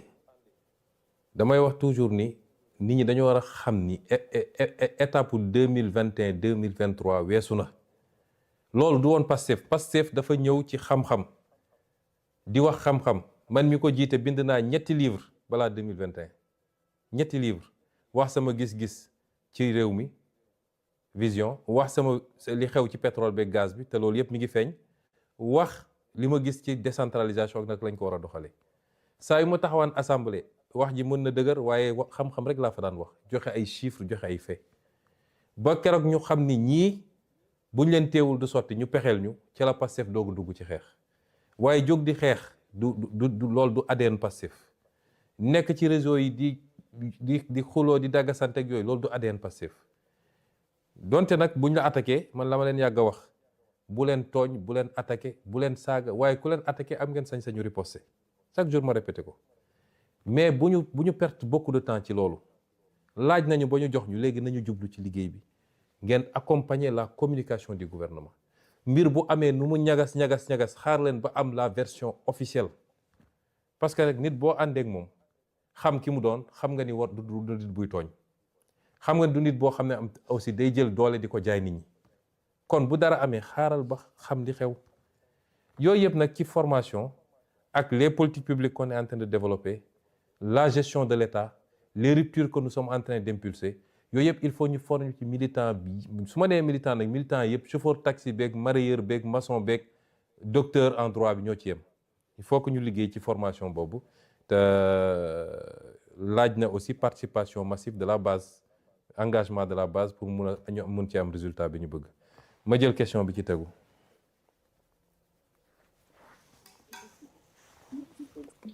merci président. léegi dañuy dem Fatick def ko fast track rek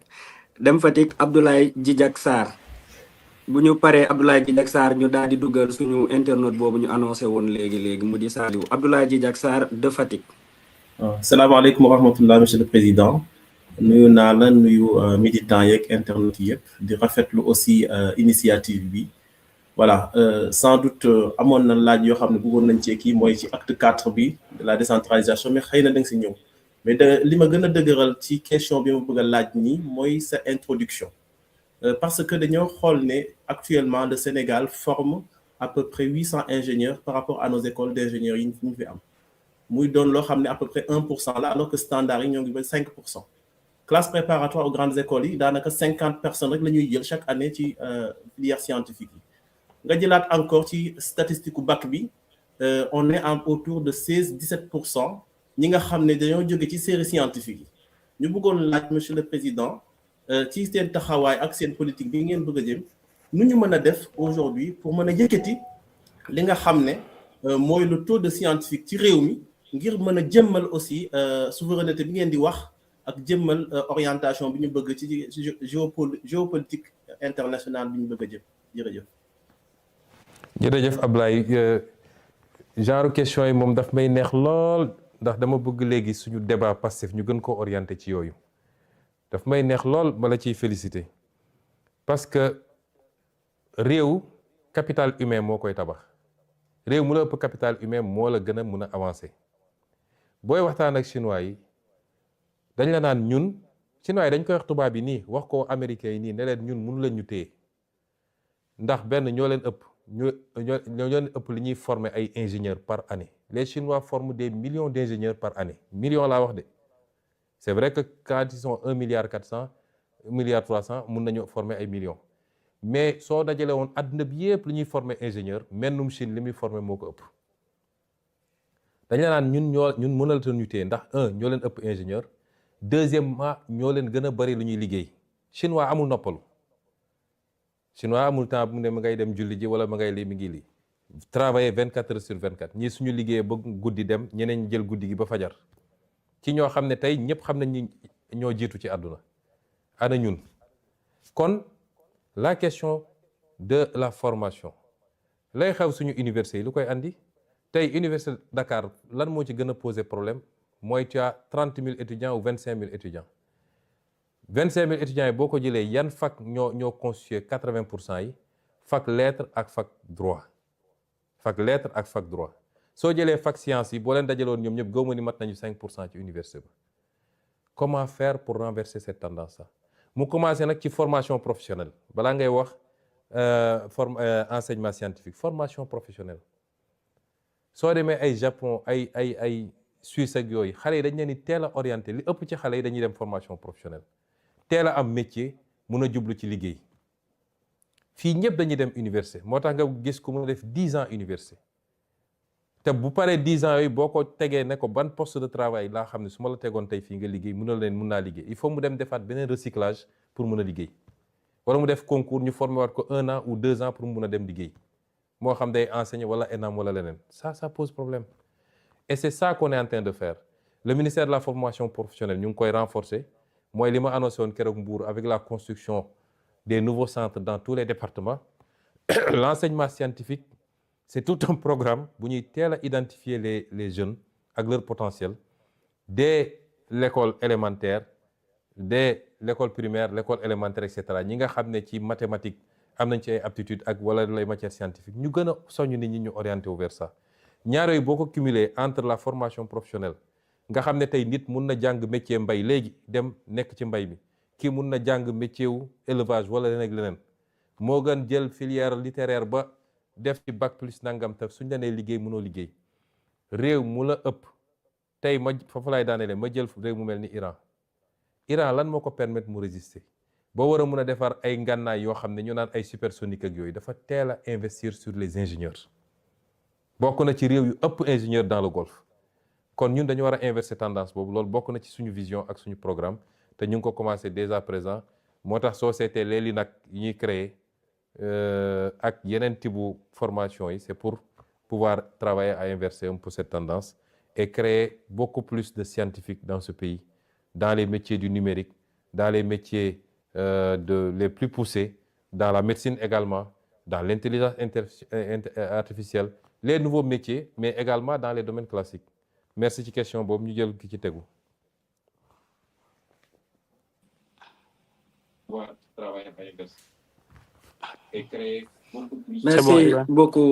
Merci beaucoup président. Je pense que comme nous l'avons annoncé tout à l'heure, on va donner la parole à un internaute, Saliou. Bu Saliou paré rek ñu daal di dem ci diaspora bi comme ça ñu épuiser 3 à 4 questions yu ñu déssé. Saliou, vous avez la parole. Asalaamaaleykum président ñu ngi ziar di la jox sa wàccu weeru koor ba ñaari question yi bu nga xam ne dañ ko bëggoon centré ci débat bi mooy exemple bi président dafa toogoon hôtel Méridien mu ne parti état la ñu wax tey ndax Pastef mu ngi sentir boppam influence Pastef ci dans la conduite des affaires de l'État et les orientations stratégiques gouvernement bi nga xam ne dañ ko war a doxal loolu Pastef président dafa mos a toog mu ne dafa war a nekk au cœur de l'État maanaam mooy état parti beneen laaj bi mooy taxawaay bi nga xam ne moom la premier ministre bi am ci gouvernement bi en tant que président Pastef loolu dafa war a nekk dans la continuité ak yan facteur la am ak influence ci primature bi nga xam ne dañ ko war a nekk dans la continuité comme leer nañu suñ président parti il va rester toujours à la tête de ce gouvernement jërëjëf. jërëjëf Saliou ci laaj bi daanaka ñaari laaj yi mun nañ ko tënk mu doon benn parce que c'est 2 questions qui sont liées Pastef mooy parti bi nga xam ne moom moo conquérir le pouvoir donte ba mu koy conquérir dissoudre nañ ko te loolu di wone rek doole ak capacité parti boobu donte biñ koy conquérir dissoudre nañ ko juridiquement waaye ñëpp xamoon nañ ni factuellement il y a pas un parti plus existant et plus vivant que Pastef kon Pastef moo conquérir pouvoir bi ànd ceeg ay alliés waaye boo doon jël nu mu tudd 100 jàpp naa ni 90 yi wala lu ko ëpp Pastef la moom moo conquérir pouvoir bi moo tax Pastef moo war a nekk au cœur de la gouvernance parti bi conquérir pouvoir bi ku yaakaar ne mën nga gouverner sans ce parti là da ngay wax lu la neex mais mënul ne te malheureusement am na ñoo xam ne loolu la ñuy dox loolu la ñu essayé gëmloo ay nit ne leen on peut faire sans Pastef. Pastef est au cœur de la gouvernance par ñii nga xam ne moo ŋànk nguur gi parce que ki jiite réew mi di président Diomaye ba léegi dafa revendiquer ni Pastef la bokk loolu la revendiquer kii premier ministre moo jiite Pastef li ëpp ci ministre yi Pastef la ñu bokk député ya la ci ëpp Pastef la ñu plus de 80% de l'Assemblée Pastef la ñu kon loolu kan moo xalaat ni mën nañu gouverner réew mi sans Pastef mu des nag lan mooy impact Pastef ci gouvernance bi man de tant que je serai premier ministre la gouvernance va refléter le combat de Pastef xeex bu mu jar nañ ko xeex ci biir la gouvernance va refléter lépp loo xam ne jàpp naa ni lii bokkul ak di taxaw ñuy xeex dinaa ne déet ba tëdd ci suuf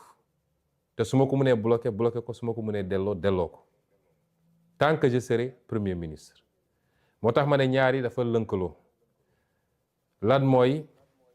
avenir u Ousmane Sonko dans le gouvernement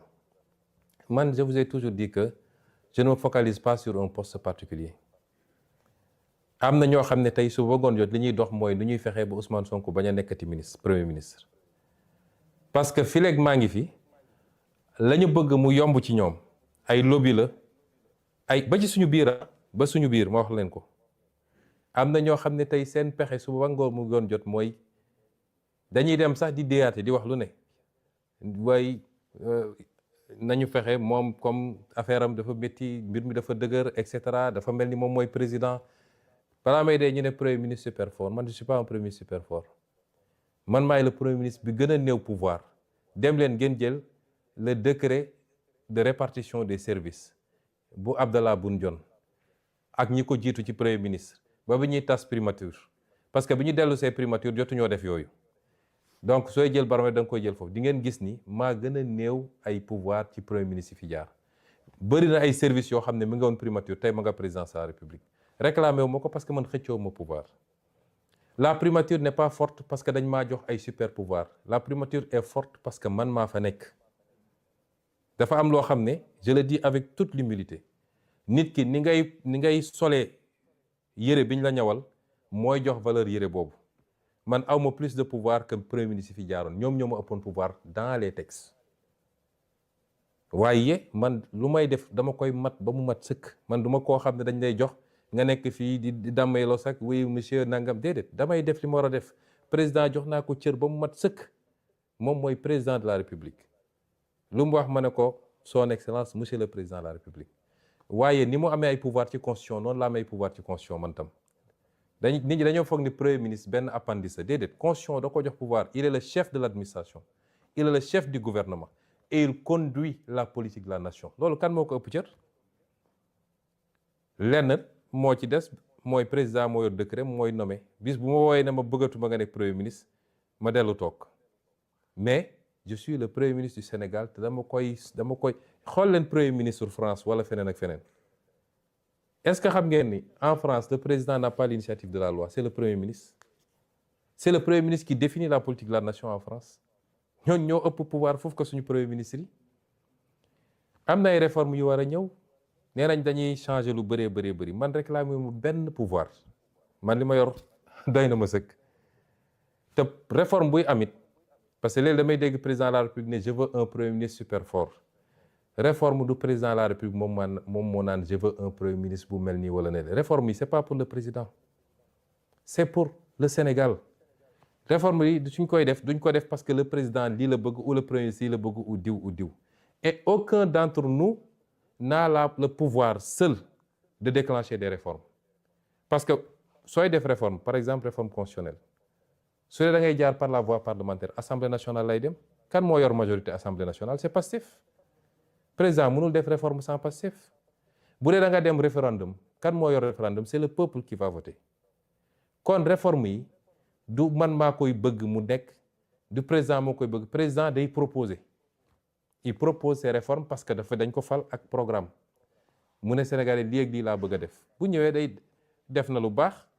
woote na ay assises dajale Sénégal yépp ñu waxtaan bi mu paree yemul ci loolu dafa dajale ay kàngam ne leen assises yi dama bëgg ngeen liggéeyal ma defar ma ko ay texte mooy li mu annoncé keroog 31 décembre ñooñu def nañ ba pare day jël texte yooyu yóbbu ko assemblée nationale nag am sañ-sañu càmbar texte yi virgule par virgule c'est pas parce que président moo ko andi rek dañuy voter les yeux fermés bu ñu gisee ni doy na leen ñu voter bu ñu gisee doyu leen du ñu voter moo tax nag tant que ñu ngi fii am majorité bu confortable à l'Assemblée yàlla def ma chef de gouvernement ñu am un président boo xam ne président wu Pastef la gouvernance bi dafa war a saf sàpp Pastef bu baaxee ñu xam ni baax na on rendra compte au peuple bu bonee tam ñu xam ni bon na peuple bi jël ses responsabilités c'est comme ça que ça doit se passer bu demeewul noonu it parce que man j'ai pas de problème man poste premier ministre bi yàlla xam na ni la ma ci gën a ragal mooy su ma fi jógee parce que je dis avec humilité après 2 ans nous avons été un verrou contre énormément de choses le système chaque fois je le dis il est encore là te bés bu ma randoo mu def ne ma daan def man loolu moo ci sam problème man premier ministre jëluma ci salaire jëluma ci avantage suba ba ngoon jot damay liggéey ba béjaaw kon man je ne me focalise pas sur un poste particulier et je n'essaie pas de faire de l'ombre au président de la République le président de la République a son canal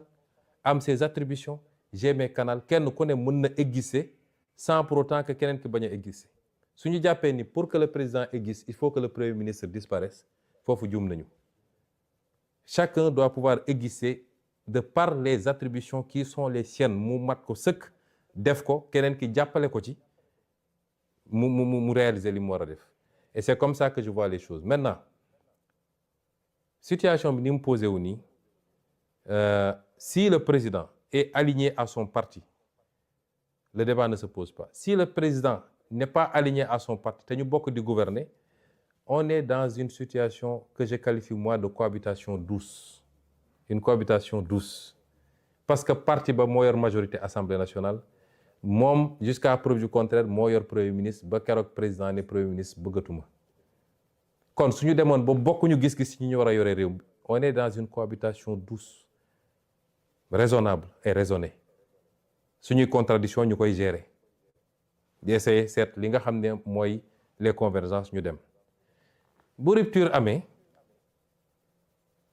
on sera soit dans une cohabitation beaucoup plus corsée ou bien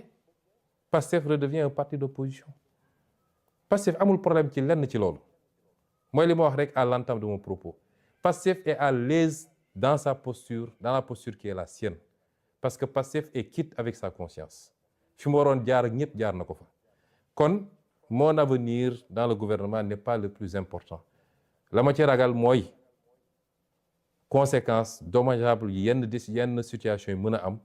ci mandat bi nga xam ne c'est un mandat important ñu hérité d'un pays extrêmement difficile d'un héritage catastrophique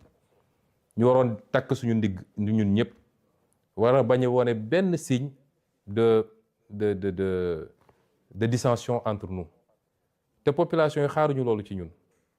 mais si on nous amène sur certains terrains on est obligé aussi de gérer parce que la ñu xeex ak l'intérêt de ce pays moo mag foofu suñu jëmm kenn ku nekk ci ñun moo xam président nga tudd lañ la woowee moo xam premier ministre lañ la woowee moo xam honorable député moo xam monsieur le maire la nga xam ne moo taxaw ñu xeex ba ay bakkan rot ci moo ëpp jëmm yooyu foofu moo ëpp sax république bi parce que république dafa war a nekk au service de cette vision et de cette cause pour qu'on réalise ce qu'on doit réaliser pour le peuple sénégalais ma jël question bi ci tegu.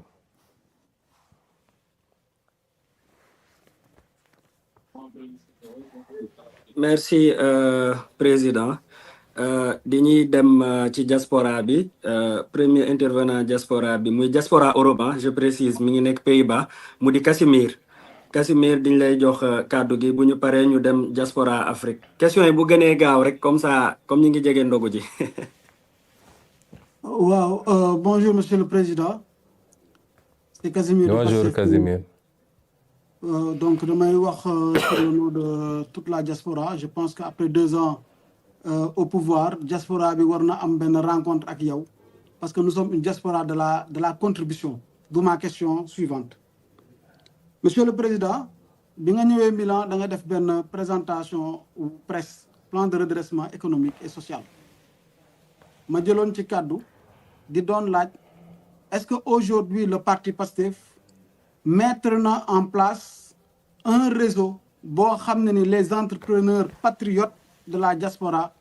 dinañ mën a ñëw renforcer liggéey bi nga xam ne da ngeen koy def au niveau des presse de la presse du plan de redressement économique et social. Est-ce que am na ay canal yoo xam ne ni dinañ ci mën a ñëw pour ñooñu teg ñu ci yoon ñu mën a jàppale le gouvernement ci liggéey bi nga xam ne ni dafay renforcer les PME ba nga xam ne ne jafe-jafe gerte yi duñ ko am parce que dina am des entrepreneurs assez solides pour accompagner le gouvernement dans cette politique-là di leen jaajëfal bu baax. jërëjëf Casimir ci laaj bi ñu ngi nuyu waa Europe yëpp dinañ fa ñëw bu sedd bi jeexee rek ndax man ñëwewuma seen sedd yooyu dinañ ñëw seet si leen ñu waxtaan bu baax incha allah di leen féliciter encore ci seen taxawaay ndax ñëpp xam nañ diaspora bi li ñu taxaw ci liggéey bi ak ci xeex bi ñu ngi leen ci dellu féliciter bu baax. di wax tamit ni question bi nga laaj dafa am solo mais importance bi ñu jox diaspora bi ñëpp xam ngeen ko moo tax président Diomaye dafa teel a wax ni dafa bëgg ñu instituer la journée de la diaspora muy une première pour jëmmal symboliser un peu l'importance qu'on accorde à cette diaspora là journée boobu amoon na je crois le 17 décembre muy une première. Secrétaire d'État au Sénégal de l'extérieur xam ngeen liggéey bi mu ciy def mu am solo aussi Amadou Chérif Diouf nga xam ne ci yéen la bokk gis nga mosuñoo am autant de responsables de la diaspora dans un gouvernement au Sénégal dans des responsabilités à toutes les responsabilités DG etc. loolu c'était pour montrer que vraiment la diaspora c'est pas seulement pour envoyer de l'argent mais compétence yaa ngi fii te war nañu mën a ñëw participer au développement de ce pays noonu lañ ko continuer soo seetloo sama communication conseil des ministres bi passé mercredi bii rek il y a 4 jours dama annoncé une initiative extrêmement importante pour la diaspora un fonds commun de placement immobilier pour la diaspora boo xam ne concept bu pare nañ leen convoquer yéen ñëpp wala ñëw seet si leen c'est un concept boo xam ne l'urbanisation du Sénégal à travers tout le Sénégal loolu rek mën na ko régler les 2200 milliards ou quelque chose comme ça qu'on envoie uniquement pour la consommation comment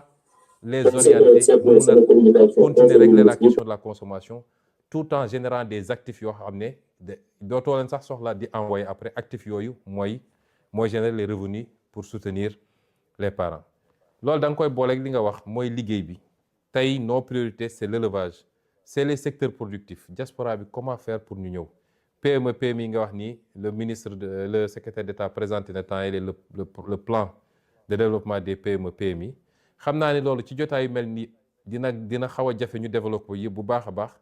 mais ci fan yi di ñëw y aura une grande offensive boo xam ne dinañ ñëw présenter leen des choses très concrètes su dee nag ci biir parti bi am na lu ma fi taxawal loo xam ne ci réunion bureau politique wax naa ko mettre en place benn kuréel boo xam ne liggéey nañ ci ak ñu bëri ñoo xam ne am nañ ci expérience parce que ñi doon gérer ay structures yoo xam ne ci loolu la jëm pour que ñu xool donte ñun njaaxaanaay la ñu tëddee nous sommes là pour tous les Sénégalais mais jàpp nañ ni war nañoo mën a am lu ñu organiser ba les militants et les militantes d'ici la diaspora qui veulent entreprendre parti bi teel leen détecter mën a recenser leur projet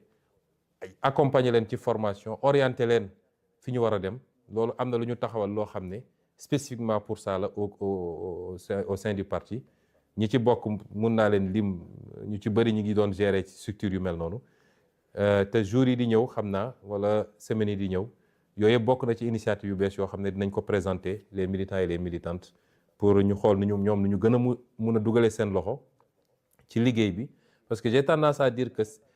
nit mun na def lu ëpp foofu te yorul poste directeur ou directeur général ou ministre mun na def lu ëpp solo foofu dans la construction du développement te soxlawul titre bu ñu koy signer un mercredi du conseil des ministres yooyu la ñu war a gën a mun a yooyu la ñu bëgg gën a renforcer gën a promouvoir pour le bien de tout le monde ma jël donc la prochaine question.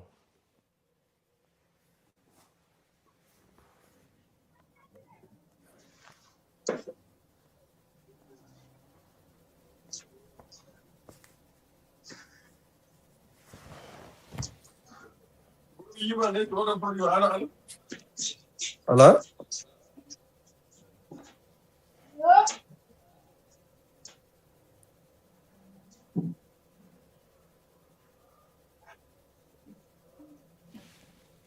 Diallo.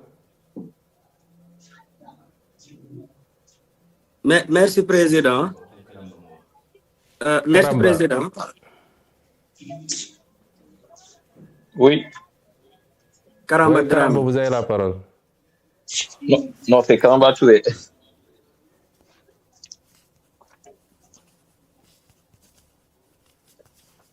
Vous m'entendez? Oui, très bien. Oui, oui. Bonsoir, Monsieur le Président. Tout Bonsoir. d'abord, je vous transmets la salutation de Sidiou. Je m'appelle Karamba Touré, membre de la cellule de communication au niveau du département de Sidiou. Alors, nous avons, en tout cas, j'avais une question ici qui est déjà posée par, en tout cas, un intervenant. C'était concernant la vente des cartes de membres. Est-ce que maintenant, sinon, si vous me permettez, j'ai une autre question que je peux remplacer par la première question que j'avais. Allez-y, Karamba. Ok, merci, Monsieur le Président. Maintenant, Monsieur le Président, l'existence de la coalition Diomaye Président ne serait-il pas, en tout cas, une jurisprudence préjudiciable du parti? Que faut-il faire pour ramener la sérénité au sein du parti? Parce qu'actuellement, dans toutes les régions, dans toutes les localités, ce débat revient à chaque fois. Il y a conflit au niveau du sommet, il y a conflit au niveau du sommet. Est-ce que maintenant, aujourd'hui, le PASTEF, en tant que la première force politique au niveau national, est-ce que cette confrontation avec la coalition Diomaye Président ne serait pas, en tout cas, une difficulté aux séances à venir? Merci, Karamba. Je crois que j'ai suffisamment répondu à cette question. Il n'y a pas de confrontation entre PASTEF et la coalition que vous citez. Comment il peut y avoir de confrontation? On n'a pas de confrontation. Il faut que les militants de PASTEF, defe naa militant PASTEF yi dañu xamul ñoom li ñu yor dañoo xamul lu ñu yor. Est-ce que coalition boobu bi mu commencé ba léegi dafa am lu mu jël ci PASTEF? Non. Et c'est lieu de rendre hommage aux militants de PASTEF. Parce que yu mel ni yàgg na fee am te bi mu daan am li bëri ci parti bi dañ daan fàq dem ànd ak ki yor nguur gi. Mais PASTEF la musa am kenn bougéwul ni mu amee woon ci jamono Macky Sall nga xam ne amul lu ñu deful pour tas parti bi wala xëcc ay nit, presque personne n'est parti. Ça dañ koy sant yàlla. Tey su ñu ne woon nangami personne, nangami responsable, nangami militant dem nañu rejoindre une autre coalition ñu wax.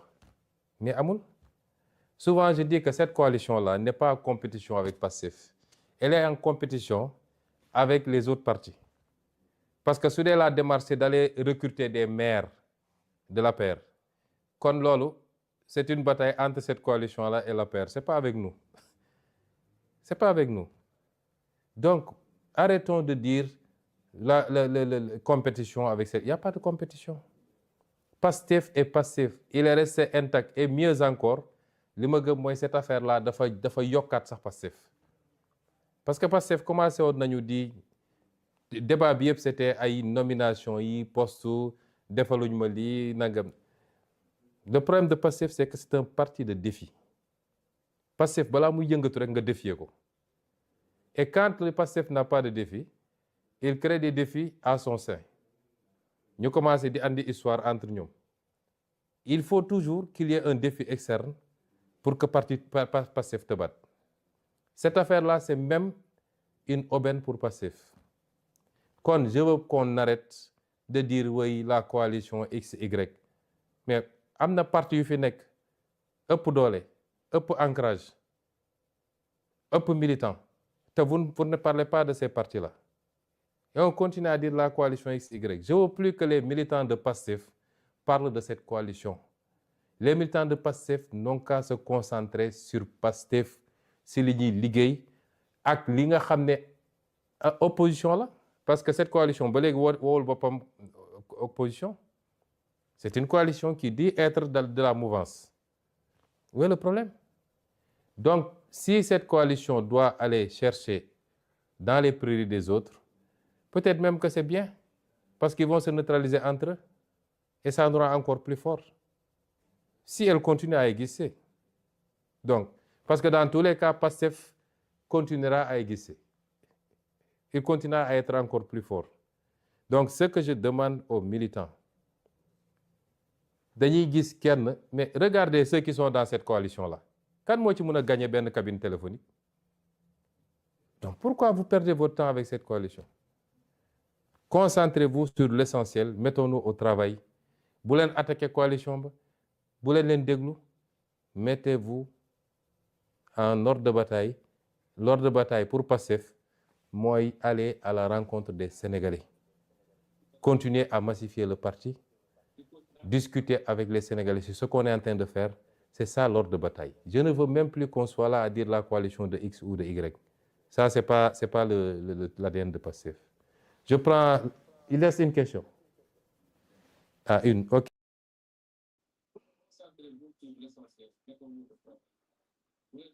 Merci. Merci, Président.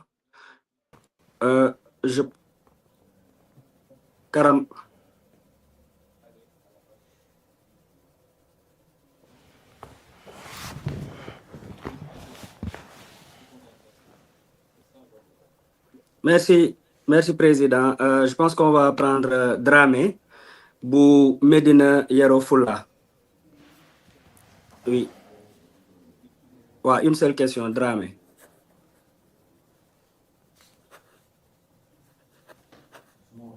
Merci, Président.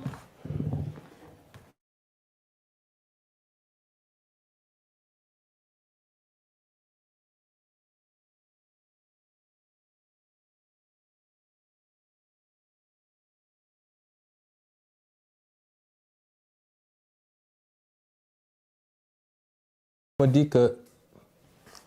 Dramé de Medina Yoro Fula, c'était le dernier intervenant, mais il y a un problème de connexion, mais il a envoyé sa question. Moi, je sais que Medina Yoro Fula. Nous avons organisé l'équipe Nemekou Tour qui s'est reconstituée avec Fadilou et Djamilatou. Nous avons travaillé à nous proposer un planning. On avait demandé à chaque département d'envoyer ses propositions.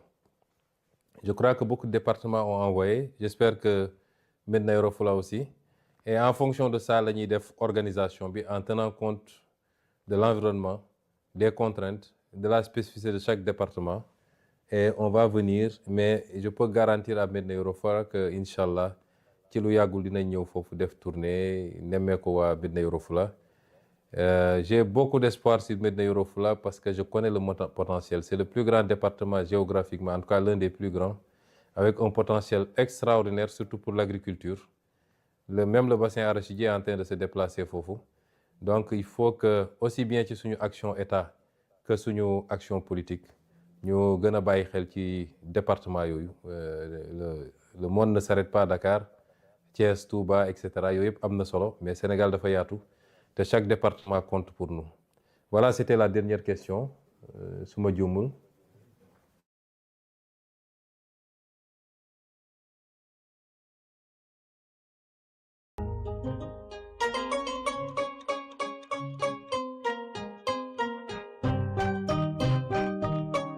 Organisez-le, on va se bonifier au fur et à mesure. Mun na am ñàkkul ay rëcc-rëcc, mun na am ñàkkul ay manquements, c'est les aléas du direct. Toog waxtaan 2 heures de temps répondre à une question, c'est pas important. waaye li ci amoon solo mooy jokkoo bi am beaucoup de questions ou de préoccupations yi ngeen am ngeen dégg la réponse de ma bouche te loolu amoon na ci solo di leen lancer un message de clôture. Nous sommes à la croisée des chemins. Nous sommes en train de faire des choses extraordinaires. Ce pays va changer, Inch'Allah. On fera tout ce qu'il faut. Un pays qui change nag boo xam ne dafa habitué woon yenn yi ba yàgg ci mënul nekk dans une tranquillité absolue. Chaque fois dama bëgg ci formation la bokk dañu wax léegi formation militant yi bëgg naa militant bu ne léeg-léeg balaa muy tëdd na dem ci YouTube mu tapé benn documentaire sur l'histoire mu tapé par exemple la révolution chinoise mu tapé Corée du Sud mu tapé nu mu tudd l'Iran, la recherche sur l'Iran, les grandes civilisations, ainsi de suite. Parce qu'il faut se cultiver pour savoir le comment. Ñun bokk na ci li ñu gën a poser problème di suñu gàllankoor tey soo doon laaj Sénégalais yi wax naa ko ci sama benn interview il y a 4 ans je crois ou 5 ans et c'est pourquoi il faut saluer les travaux du professeur Cheikh Anta Diop. boo seetee yenn peuple yi li tax ñu doon quelle que soit difficulté da ngay gis ni peuple yu jàmbaar lañu, peuple yu gëm seen bopp, peuple yu mën a xeex. tey li xew actuellement rek ci àdduna bi diggante Iran kële wane na ko mais c'est des peuples qui yoo xam ne dañu am fierté dañu naan ñun suñu histoire ça date de 5000 ans 8000 ans la civilisation perse,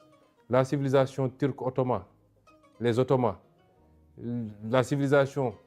occidentale base judéo-chrétienne, la civilisation chinoise nga xam ne dañ la naan depuis ñun bi ñuy tabax la muraille de Chine Europe ñi ngi amuñu woon sondel ñooñu dañoo gëm ni ñoom ñoo war a dominer monde ñun nag les différentes dominations et les acculturations traite négrière jaar na fi, colonisation jaar na fi ñu bindal ñu suñu histoire nañu lii mooy seen histoire tey sénégalais boo ne avant colonisation avant Lat Dior avant Cheikh Amadou Bamba, Aline Sitoé et cetera lan moo ne woon Sénégal il a du mal à t'expliquer loolu day déteindre moo tax ñu doon ñu oyof ku ñëw influencer ñu ci culture am ak gëm-gëmam loolu la ñu war a combattre. Et pour ça, il faut qu'on soit des hommes et des femmes solides. Des hommes et des femmes qui croient en quelque chose, en des valeurs. Des hommes et des femmes qui doivent comprendre que musul am changement structurel dans le monde sans sacrifice. lii di xew yëpp ku nekk di laajte jox leen ma tout de suite mooy li ma naan ñëpp bëgg nañ changement mais kenn bëggul changement bi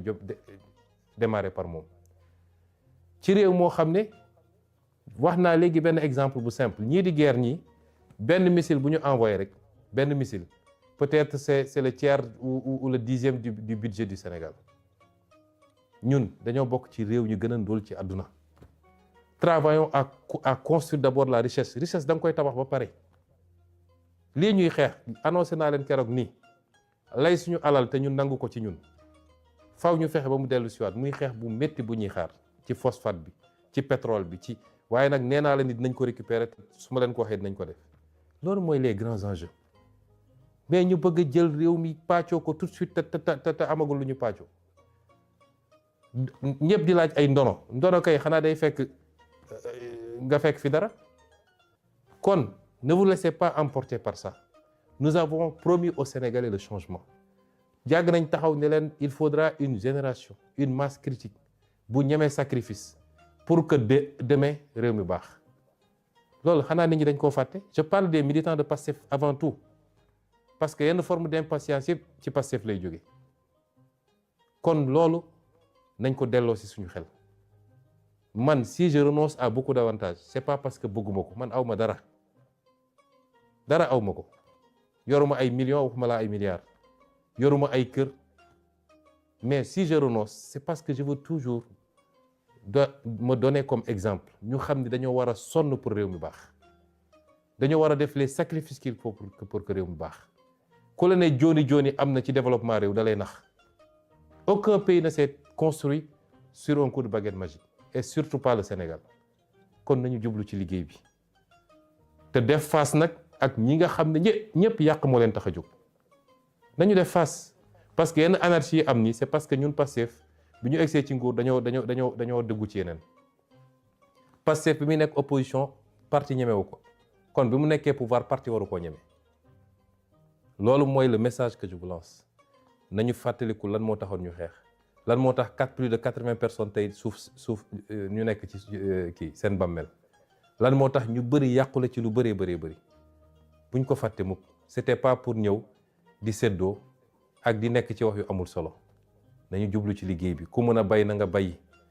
ku mën a yatt na nga yatti ku mën a napp na nga nappi lu ci état mën a def jàppale la ci te ñu jàngal suñu askan ni malgré jafe-jafe yi wàññi nañu dund gi joxe nañu subvention def nañu lii nañu jàngal suñu askan ni dañoo nekk ci jamono joo xam ne dañu war a takk suñu digg jublu ci liggéey kon ñu ngi leen di gërëm leen sant di leen jox rendez-vous très bientôt pour beneen te lii bëgg nañ ko def à échéance régulière bu actualité demee ba daje ba jar ñu waxtaan ak yéen lu bokkul ak tournée yi nga xam ne nañ ko def nemmeeku tuur yi ak yeneen forme communication yi pour que le lien soit permanent entre vous et nous ensemble nous triompherons inchallah ñu ngi leen di souhaiter ndogu jàmm asalaamaaleykum.